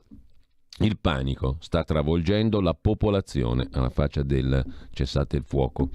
La stazione centrale, nei pressi della quale in serata è caduto un frammento di un missile russo abbattuto dalla contraerea, la stazione è invasa da una valanga umana che cerca disperatamente di salire su un treno verso ovest, il più lontano possibile dalle truppe russe. Molte partenze cancellate, la gente ha il volto scuro o disperato. Un anziano con una gamba sola avanza sulle stampelle. Giovani famiglie con i figli piccoli in braccio s'accalcano per raggiungere i binari. Nel caos generale tutti chiedono: il biglietto è gratis? Quando possiamo partire? La ferrovia è sicura? Non bombardano? Sì, scrive Biloslavo, bombardano. C'è stata una nuova potente esplosione vicino alla stazione ferroviaria a Kiev. Hanno colpito la centrale per il riscaldamento, il gelo come alleato di guerra, ma gli ucraini in fuga si accalcano sui binari per prendere d'assalto i treni, i vagoni che partono per Leopoli strapieni. Un popolo disperato preme per salire, ad ogni costo. Qualcuno prega, altri s'arrabbiano, alla fine arriva l'ordine, da stato di guerra. Salgono solo donne e bambini. Un gigantesco controllore deve chiudere le porte del treno in faccia a padri, fidanzati e fratelli. Non so voi, ma a me sta venendo in mente tante immagini di storie del passato, tristi, orribili, da anni 40, 45. Un gigantesco controllore deve chiudere le porte del treno. C'è chi piange, urla e si dispera, ma bisogna salvare i più deboli. Anche per chi vi scrive, scrive Biloslavo, sono scene strazianti, peggio della guerra vera di bombe e proiettili. I bambini atterriti stringono i peluche, le coppie non riescono a staccarsi dall'ultimo abbraccio. Voglio solo andarmene, dice Marina che non trattiene le lacrime. Qualsiasi posto lontano dalla guerra va bene. La sirena dell'allarme aereo comincia ad ululare quando ci avviciniamo al più importante ospedale di Kiev. I 300 pazienti rimasti sono stati tutti spostati nei rifugi, in gran parte bambini in attesa di trapianti di midollo o con patologie gravi che non possono tornare a casa. Il sotterraneo è basso, coi letti sistemati per terra. La luce fioca rende l'atmosfera simile a un girone dantesco dove i più piccoli, per di più malati, sopravvivono dall'inizio della guerra. Guardate in che condizioni siamo costretti in questo rifugio. Molti bambini hanno la temperatura alta. Ho dei figli a casa, ma non posso abbandonare queste donne e i loro piccoli, spiega Vittoria, una coraggiosa infermiera bionda coi guanti blu. Una mamma spinge il neonato in carrozzina, un'altra in bocca alla figlia piccola, attaccata a una flebo. Sembra il conflitto, secondo conflitto mondiale. Siamo nel 22, scrive Biloslavo, appunto ricordando gli anni 40, la seconda guerra mondiale. Come faremo? Non ci sono abbastanza medicine, sbotta Roxana. Non riusciamo ad accudire i nostri figli. Maledetta guerra. Sottoterra vive una fetta di Kiev. Circa 15.000 persone si rifugiano, specie di notte, nelle stazioni della metropolitana. I vagoni dei treni, fermi, vengono utilizzati come stanzoni per dormire, al sicuro dai bombardamenti. Altri bivaccano per terra, la coppia d'amiche che posta video su Instagram, l'anziano solo e la mamma con figli. Viktor Brachinski, responsabile della metro nella capitale, annuncia che può ospitare fino a 100.000 persone. Nelle stazioni, bagni, acqua, cibo, medicine a disposizione dei cittadini. E conclude Biloslavo, dopo il tira e molla dei colloqui per il cessate il fuoco, i giovani partigiani del quartiere, che rischia di subire per primo l'avanzata russa, sono indaffarati a creare e saldare i cavalli di Frisia, nella speranza di fermare i carri armati. Il Pentagono dice che le forze russe sembrano essere in stallo alle porte di Kiev, in parte a causa della resistenza ucraina, in parte per carenza di cibo, carburante, pezzi di ricambio.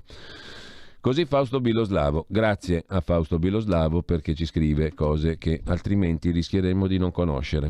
Gian Michalessin è autore sempre sul Giornale di un altro articolo, il rischio di escalation. Kiev chiede alla NATO la no-fly zone, i timori del cancelliere tedesco Scholz per possibili incidenti, Macron che prevede i prossimi giorni più duri. Lavrov come Biden, la terza guerra mondiale sarebbe nucleare, ha detto il ministro degli esteri russo. La Svezia fa sapere che 4 caccia aerei russi hanno violato lo spazio aereo svedese. Tra le altre cose da segnalare oggi c'è un'intervista bella su Repubblica, pagina 11, ad Andriy Shevchenko, gli esperti e gli appassionati di calcio e i milanisti lo ricordano, è stato il centravanti del Milan, ucraino, angosciato per mia madre, ora aiutate il nostro popolo, servono donazioni, cibo, medicine, ho provato a portar via la mia famiglia ma non vogliono lasciare Kiev, questo è lo spirito ucraino, racconta Andriy Shevchenko a Repubblica. Accolti solo se bianchi, invece, è il titolo del pezzo di Francesco Moscatelli inviato a Przemysl in Polonia, giusto per rinfocolare lo spirito fraterno tra gli europei. In Polonia gruppi estremisti aggrediscono africani e indiani in fuga dall'Ucraina in guerra. Ci gridavano siete spazzatura, racconta una studentessa araba, arrivate 500.000 persone di 163 nazionalità in pochi giorni verso la Polonia, 163 nazionalità, non semplicemente ucraini, urlavano siete spazzatura, tornate da dove siete venuti, la polizia ci ha raccomandato di stare attenti, non uscire dalla stazione. Marwa Halmadani, 25enne marocchina, studentessa di medicina, è fuggita dall'Ucraina e cammina nel centro di Przemysl per andare a comprare qualcosa da mangiare con un amico del Kuwait. Le nuvole sono basse, nell'aria qualche fiocco di neve. Nella cittadina polacca di 70.000 abitanti, cuore dell'emergenza profughi, migliaia di volontari continuano ad arrivare da tutta la Polonia ma anche dal resto d'Europa per aiutare chi passa il confine.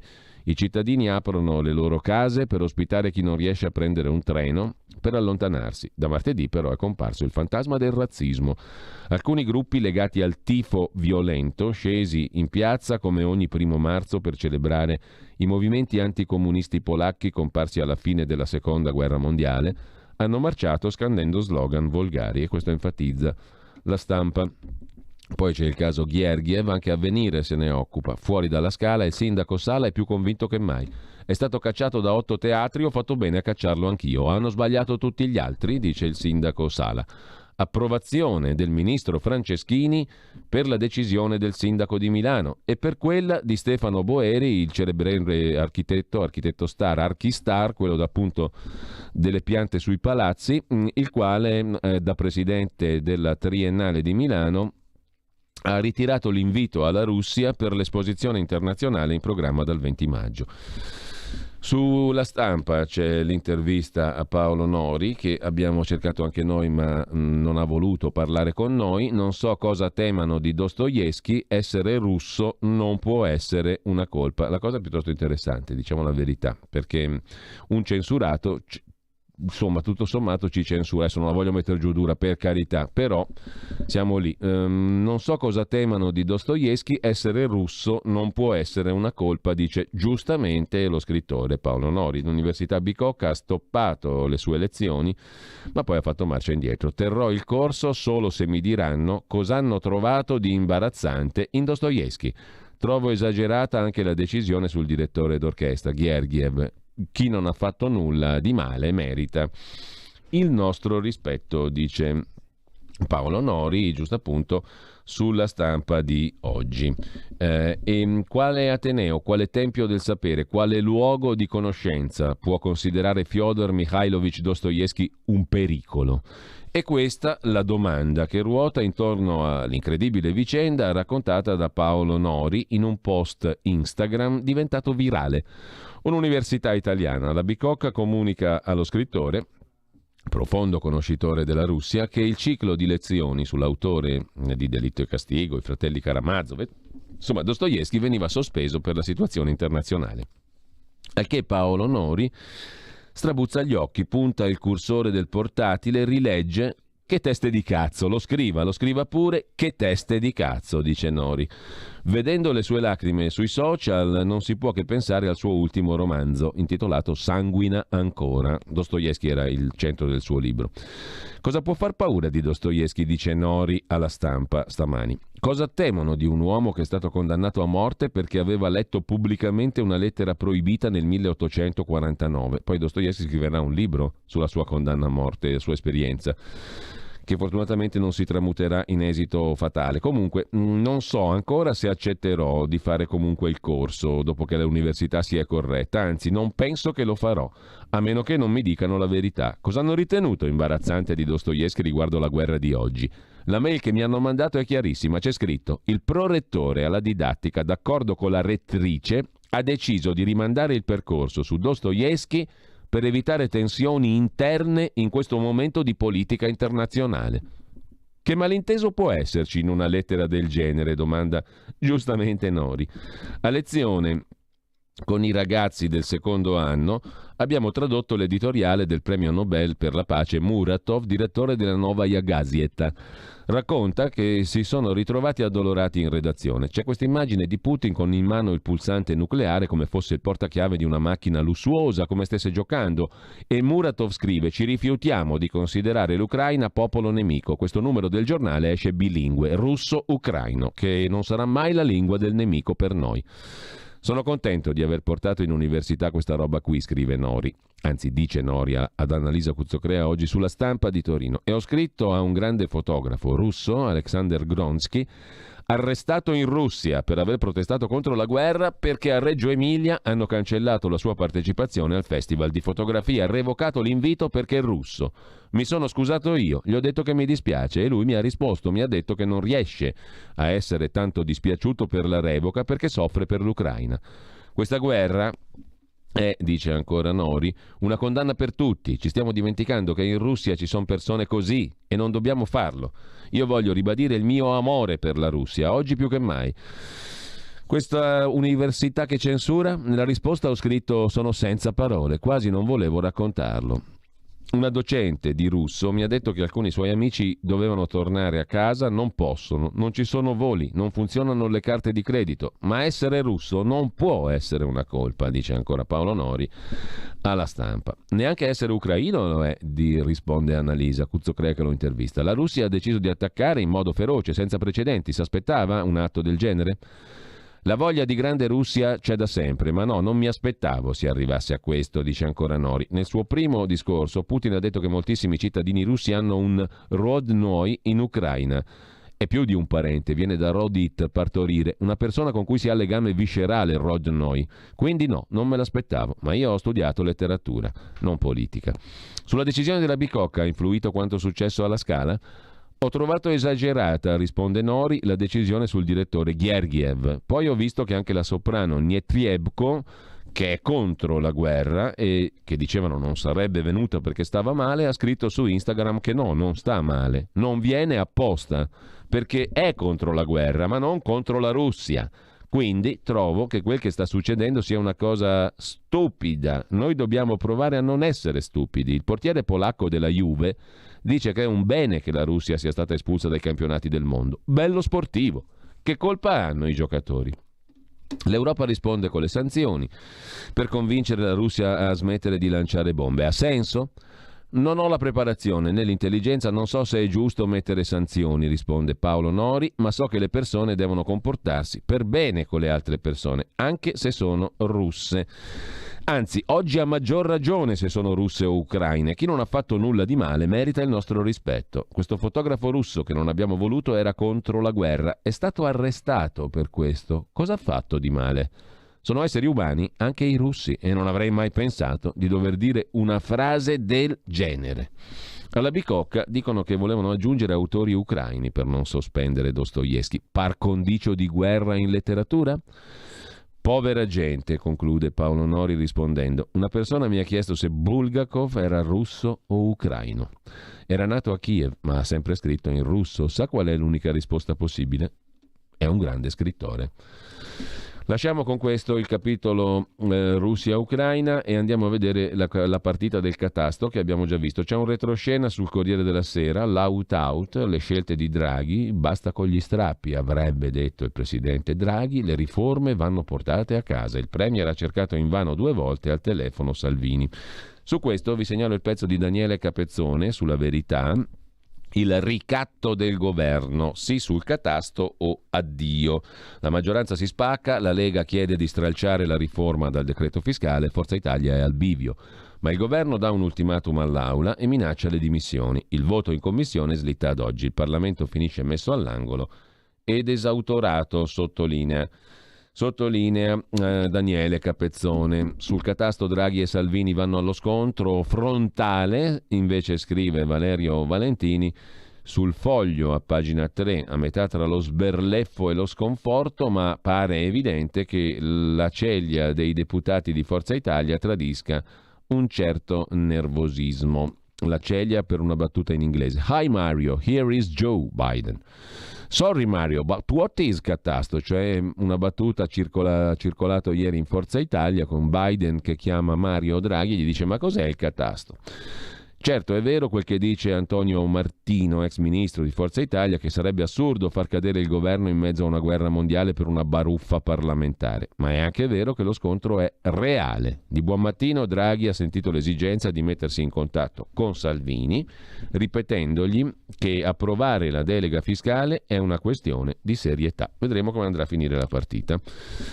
Da Avvenire, invece, pagina 11, vi segnalo un'altra questione. L'Unione Europea ha rinviato ancora la stretta sul debito. L'Italia si è indebitata, dovrà pagare il conto? Certamente, ma quando? Non si sa ancora. A maggio la scelta sul patto di stabilità. Nelle linee guida per gli Stati membri per il 2023 si chiede di passare a una politica neutra. Il commissario europeo, l'ex premier del PD italiano Gentiloni, dice: questa guerra indebolisce la ripresa ma non la farà deragliare. A maggio la Commissione europea valuterà se far ripartire il patto di stabilità nel 2023. Insomma, se sto 2022 non è che si sia annunciato come una gran roba, al di là di chi vede il boom economico, il 2023 rischia di essere l'anno in cui prenderemo sul groppone una legnata mica da ridere per restituire il debito, secondo le regole del patto di stabilità. E vabbè, staremo a vedere. 2022-23, 2 begli anni di melma, diciamo così. Armi e affari, invece, qui siamo alla pagina 19 del Fatto Quotidiano. Stiamo parlando di Massimo D'Alema che mirava all'America Latina. Non solo Colombia, scrivono Vincenzo Bisbiglia e Luigi Franco sul Fatto. Non ancora chiusa la vendita di navi e aerei da guerra al governo colombiano, il consulente Massimo D'Alema già guardava ad altri paesi del Sud America. Lo dice proprio lui durante la call, la conversazione del 9 febbraio a cui partecipa un consulente colombiano con un interprete. Noi vorremmo collaborare, dice D'Alema, registrato anche in altri paesi dell'America Latina. Poi cosa ci faccia D'Alema, appunto, come dice giustamente il sottosegretario alla difesa Moulet, quando già c'è una trattativa tra governo italiano e governo colombiano, cosa ci faccia D'Alema? Boh. L'interlocutore risponde: noi abbiamo interessi in Argentina, Uruguay e Paraguay. La vicenda riguarda la trattativa tra Leonardo e Fincantieri e la Colombia per vendere 4 navi da guerra, 2 sommergibili, 24 caccia, totale 5 miliardi in euro. Affare saltato doveva essere mediato da uno studio legale Allen Law di Miami, indicato da D'Alema ai 2 broker italiani accreditati in Colombia. A ottobre 2021, a un incontro della fondazione di D'Alema Italiani Europei, presieduta da lui, chiesero a D'Alema di entrare in contatto con i vertici delle 2 aziende statali, Fincantieri appunto e Leonardo. Il 10 dicembre del 21 il leader massimo D'Alema aveva già ricevuto dalla Equipo colombiana informazioni su altri affari nel paese sudamericano, tra cui un business da 395 milioni di dollari su Porto Magdalena. Il Fatto ora scopre l'esistenza di un accordo no disclosure tra Leonardo e lo studio Allen, a cui sarebbe seguito un incarico di assistenza nella negoziazione con la Colombia, mai firmato. Eppure lo studio Allen ha ricevuto un documento intitolato bla bla bla. Dalla società sostengono che non si tratti di una vera offerta, ma di un listino prezzi. Per l'offerta ci sarebbe voluta l'autorizzazione dell'unità autorizzazioni armi. Secondo una fonte del Fatto, i rapporti con lo studio Allen erano gestiti da Massimo D'Alema. Il documento fu inviato allo studio da noi e non attraverso D'Alema, dice Leonardo. Resta da capire, conclude il Fatto, perché D'Alema, non legato all'impresa Leonardo Finmeccanica, fosse in possesso di quel documento. Se dallo studio Allen l'hanno passato a D'Alema, Problemi loro, dicono da Leonardo. Però il problema è: perché lo passano ad D'Alema? Il referente dello studio Allen era l'avvocato Umberto Bonavita, che compare in un memorandum di intesa fra Colombia e Fincantieri. Bonavita, contattato dal Fatto, non ha risposto alle nostre domande, scrive il Fatto. Il sottosegretario Mulè invece ha spiegato di aver chiesto lumi al direttore generale di Leonardo. E sempre dal Fatto di oggi, altro articolo di Giulio da Silva, le super porte girevoli tra Leonardo Finmeccanica e il PD. Un sacco di gente è finita dentro questa impresa, che poi è la principale impresa italiana nel campo degli armamenti e non solo.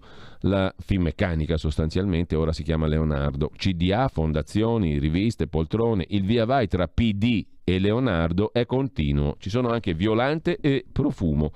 Ma c'è anche un personaggio interessante vicino a Draghi, Antonio Funiciello, capo di gabinetto di Draghi, uno degli uomini di più stretta collaborazione del Presidente del Consiglio Draghi. Fu direttore della rivista trimestrale della Fondazione Leonardo Finmeccanica. Luciano Violante, ex magistrato, deputato, presidente della Camera, guida la Fondazione Leonardo Civiltà.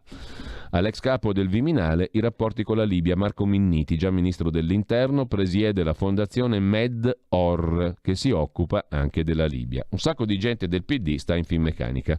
Beati loro, anche perché lì scorrono un sacco di soldi, come insegna anche l'affare D'Alema. Le armi di D'Alema, affare da 4 miliardi, la sua rete vicina a Leonardo, scrive Luca Fazzo su Il Giornale di oggi, pagina 15. D'Alema sarebbe il mediatore di una fornitura con la Colombia. Fratelli d'Italia e Italia Viva chiedono chiarimenti. Un caso Beppe Grillo Moby moltiplicato per 1000, un signore che non è in Parlamento ma conosce i palazzi della politica e i modi per olliare un affare. E che affare? Il signore è Massimo D'Alema, che si è proposto 2 mesi fa al governo di Colombia come mediatore di una commessa da 4-5 miliardi di euro per navi, sommergibili aerei da guerra prodotti dalle aziende di Stato italiane, Leonardo, ex Finmeccanica, e Fincantieri. Tra l'altro Leonardo, ex Finmeccanica, è presieduta da un ex banchiere area PD, cioè Alessandro Profumo, lo stesso che nel 2015 partecipò alla cena da 1.000 euro per finanziare la Fondazione Italiani Europei di D'Alema. Dalla procura si apprende che per ora nella vicenda non ci sono aspetti penali, ma la rilevanza politica è evidente e altrettanto cospicui gli interrogativi che attendono risposta, scrive Il Giornale. Sulla Repubblica invece D'Alema è intervistato. Dalle armi vendute alla Colombia non avrei preso un euro. A Bogotà erano interessati a prodotti italiani. Ho avvisato di questo Leonardo e Fincantieri, ma anche il vice ministro alla difesa Mulè di Forza Italia. Perché ho parlato degli 80 milioni? Per spiegare ai colombiani che l'unico modo per avere denaro era chiudere l'affare. Parlo da una residenza del governo albanese, risponde D'Alema a Repubblica, un museo della storia, del comunismo che hanno appena ristrutturato, un posto incredibile, molto bello, dice D'Alema. È bella la vita del politico. In queste ore ho letto delle cose incredibili, dice D'Alema, che io avrei fatto da mediatore per la vendita di corvette, che avrei guadagnato milioni con Fincantieri e Leonardo, tutte fandonie. Ma cosa ci fa D'Alema a parlare di vendita di armi col governo colombiano? Facciamo un passo indietro, risponde l'ineffabile. Dal 2013 io non sono più parlamentare da 10 anni. Da quando ho lasciato ogni responsabilità politica faccio consulenza. Ho una mia società e inoltre lavoro con Ernst Young, Ciumbia, di cui sono presidente dell'advisory board. Sti cazzi. Il mio lavoro è quello di consulenza strategica, relazioni, ma non sono uno che va a fare mediazione di vendita. Con la mia professione cerco di sostenere anche le imprese italiane all'estero. Spero non sia un reato, dice D'Alema a Repubblica.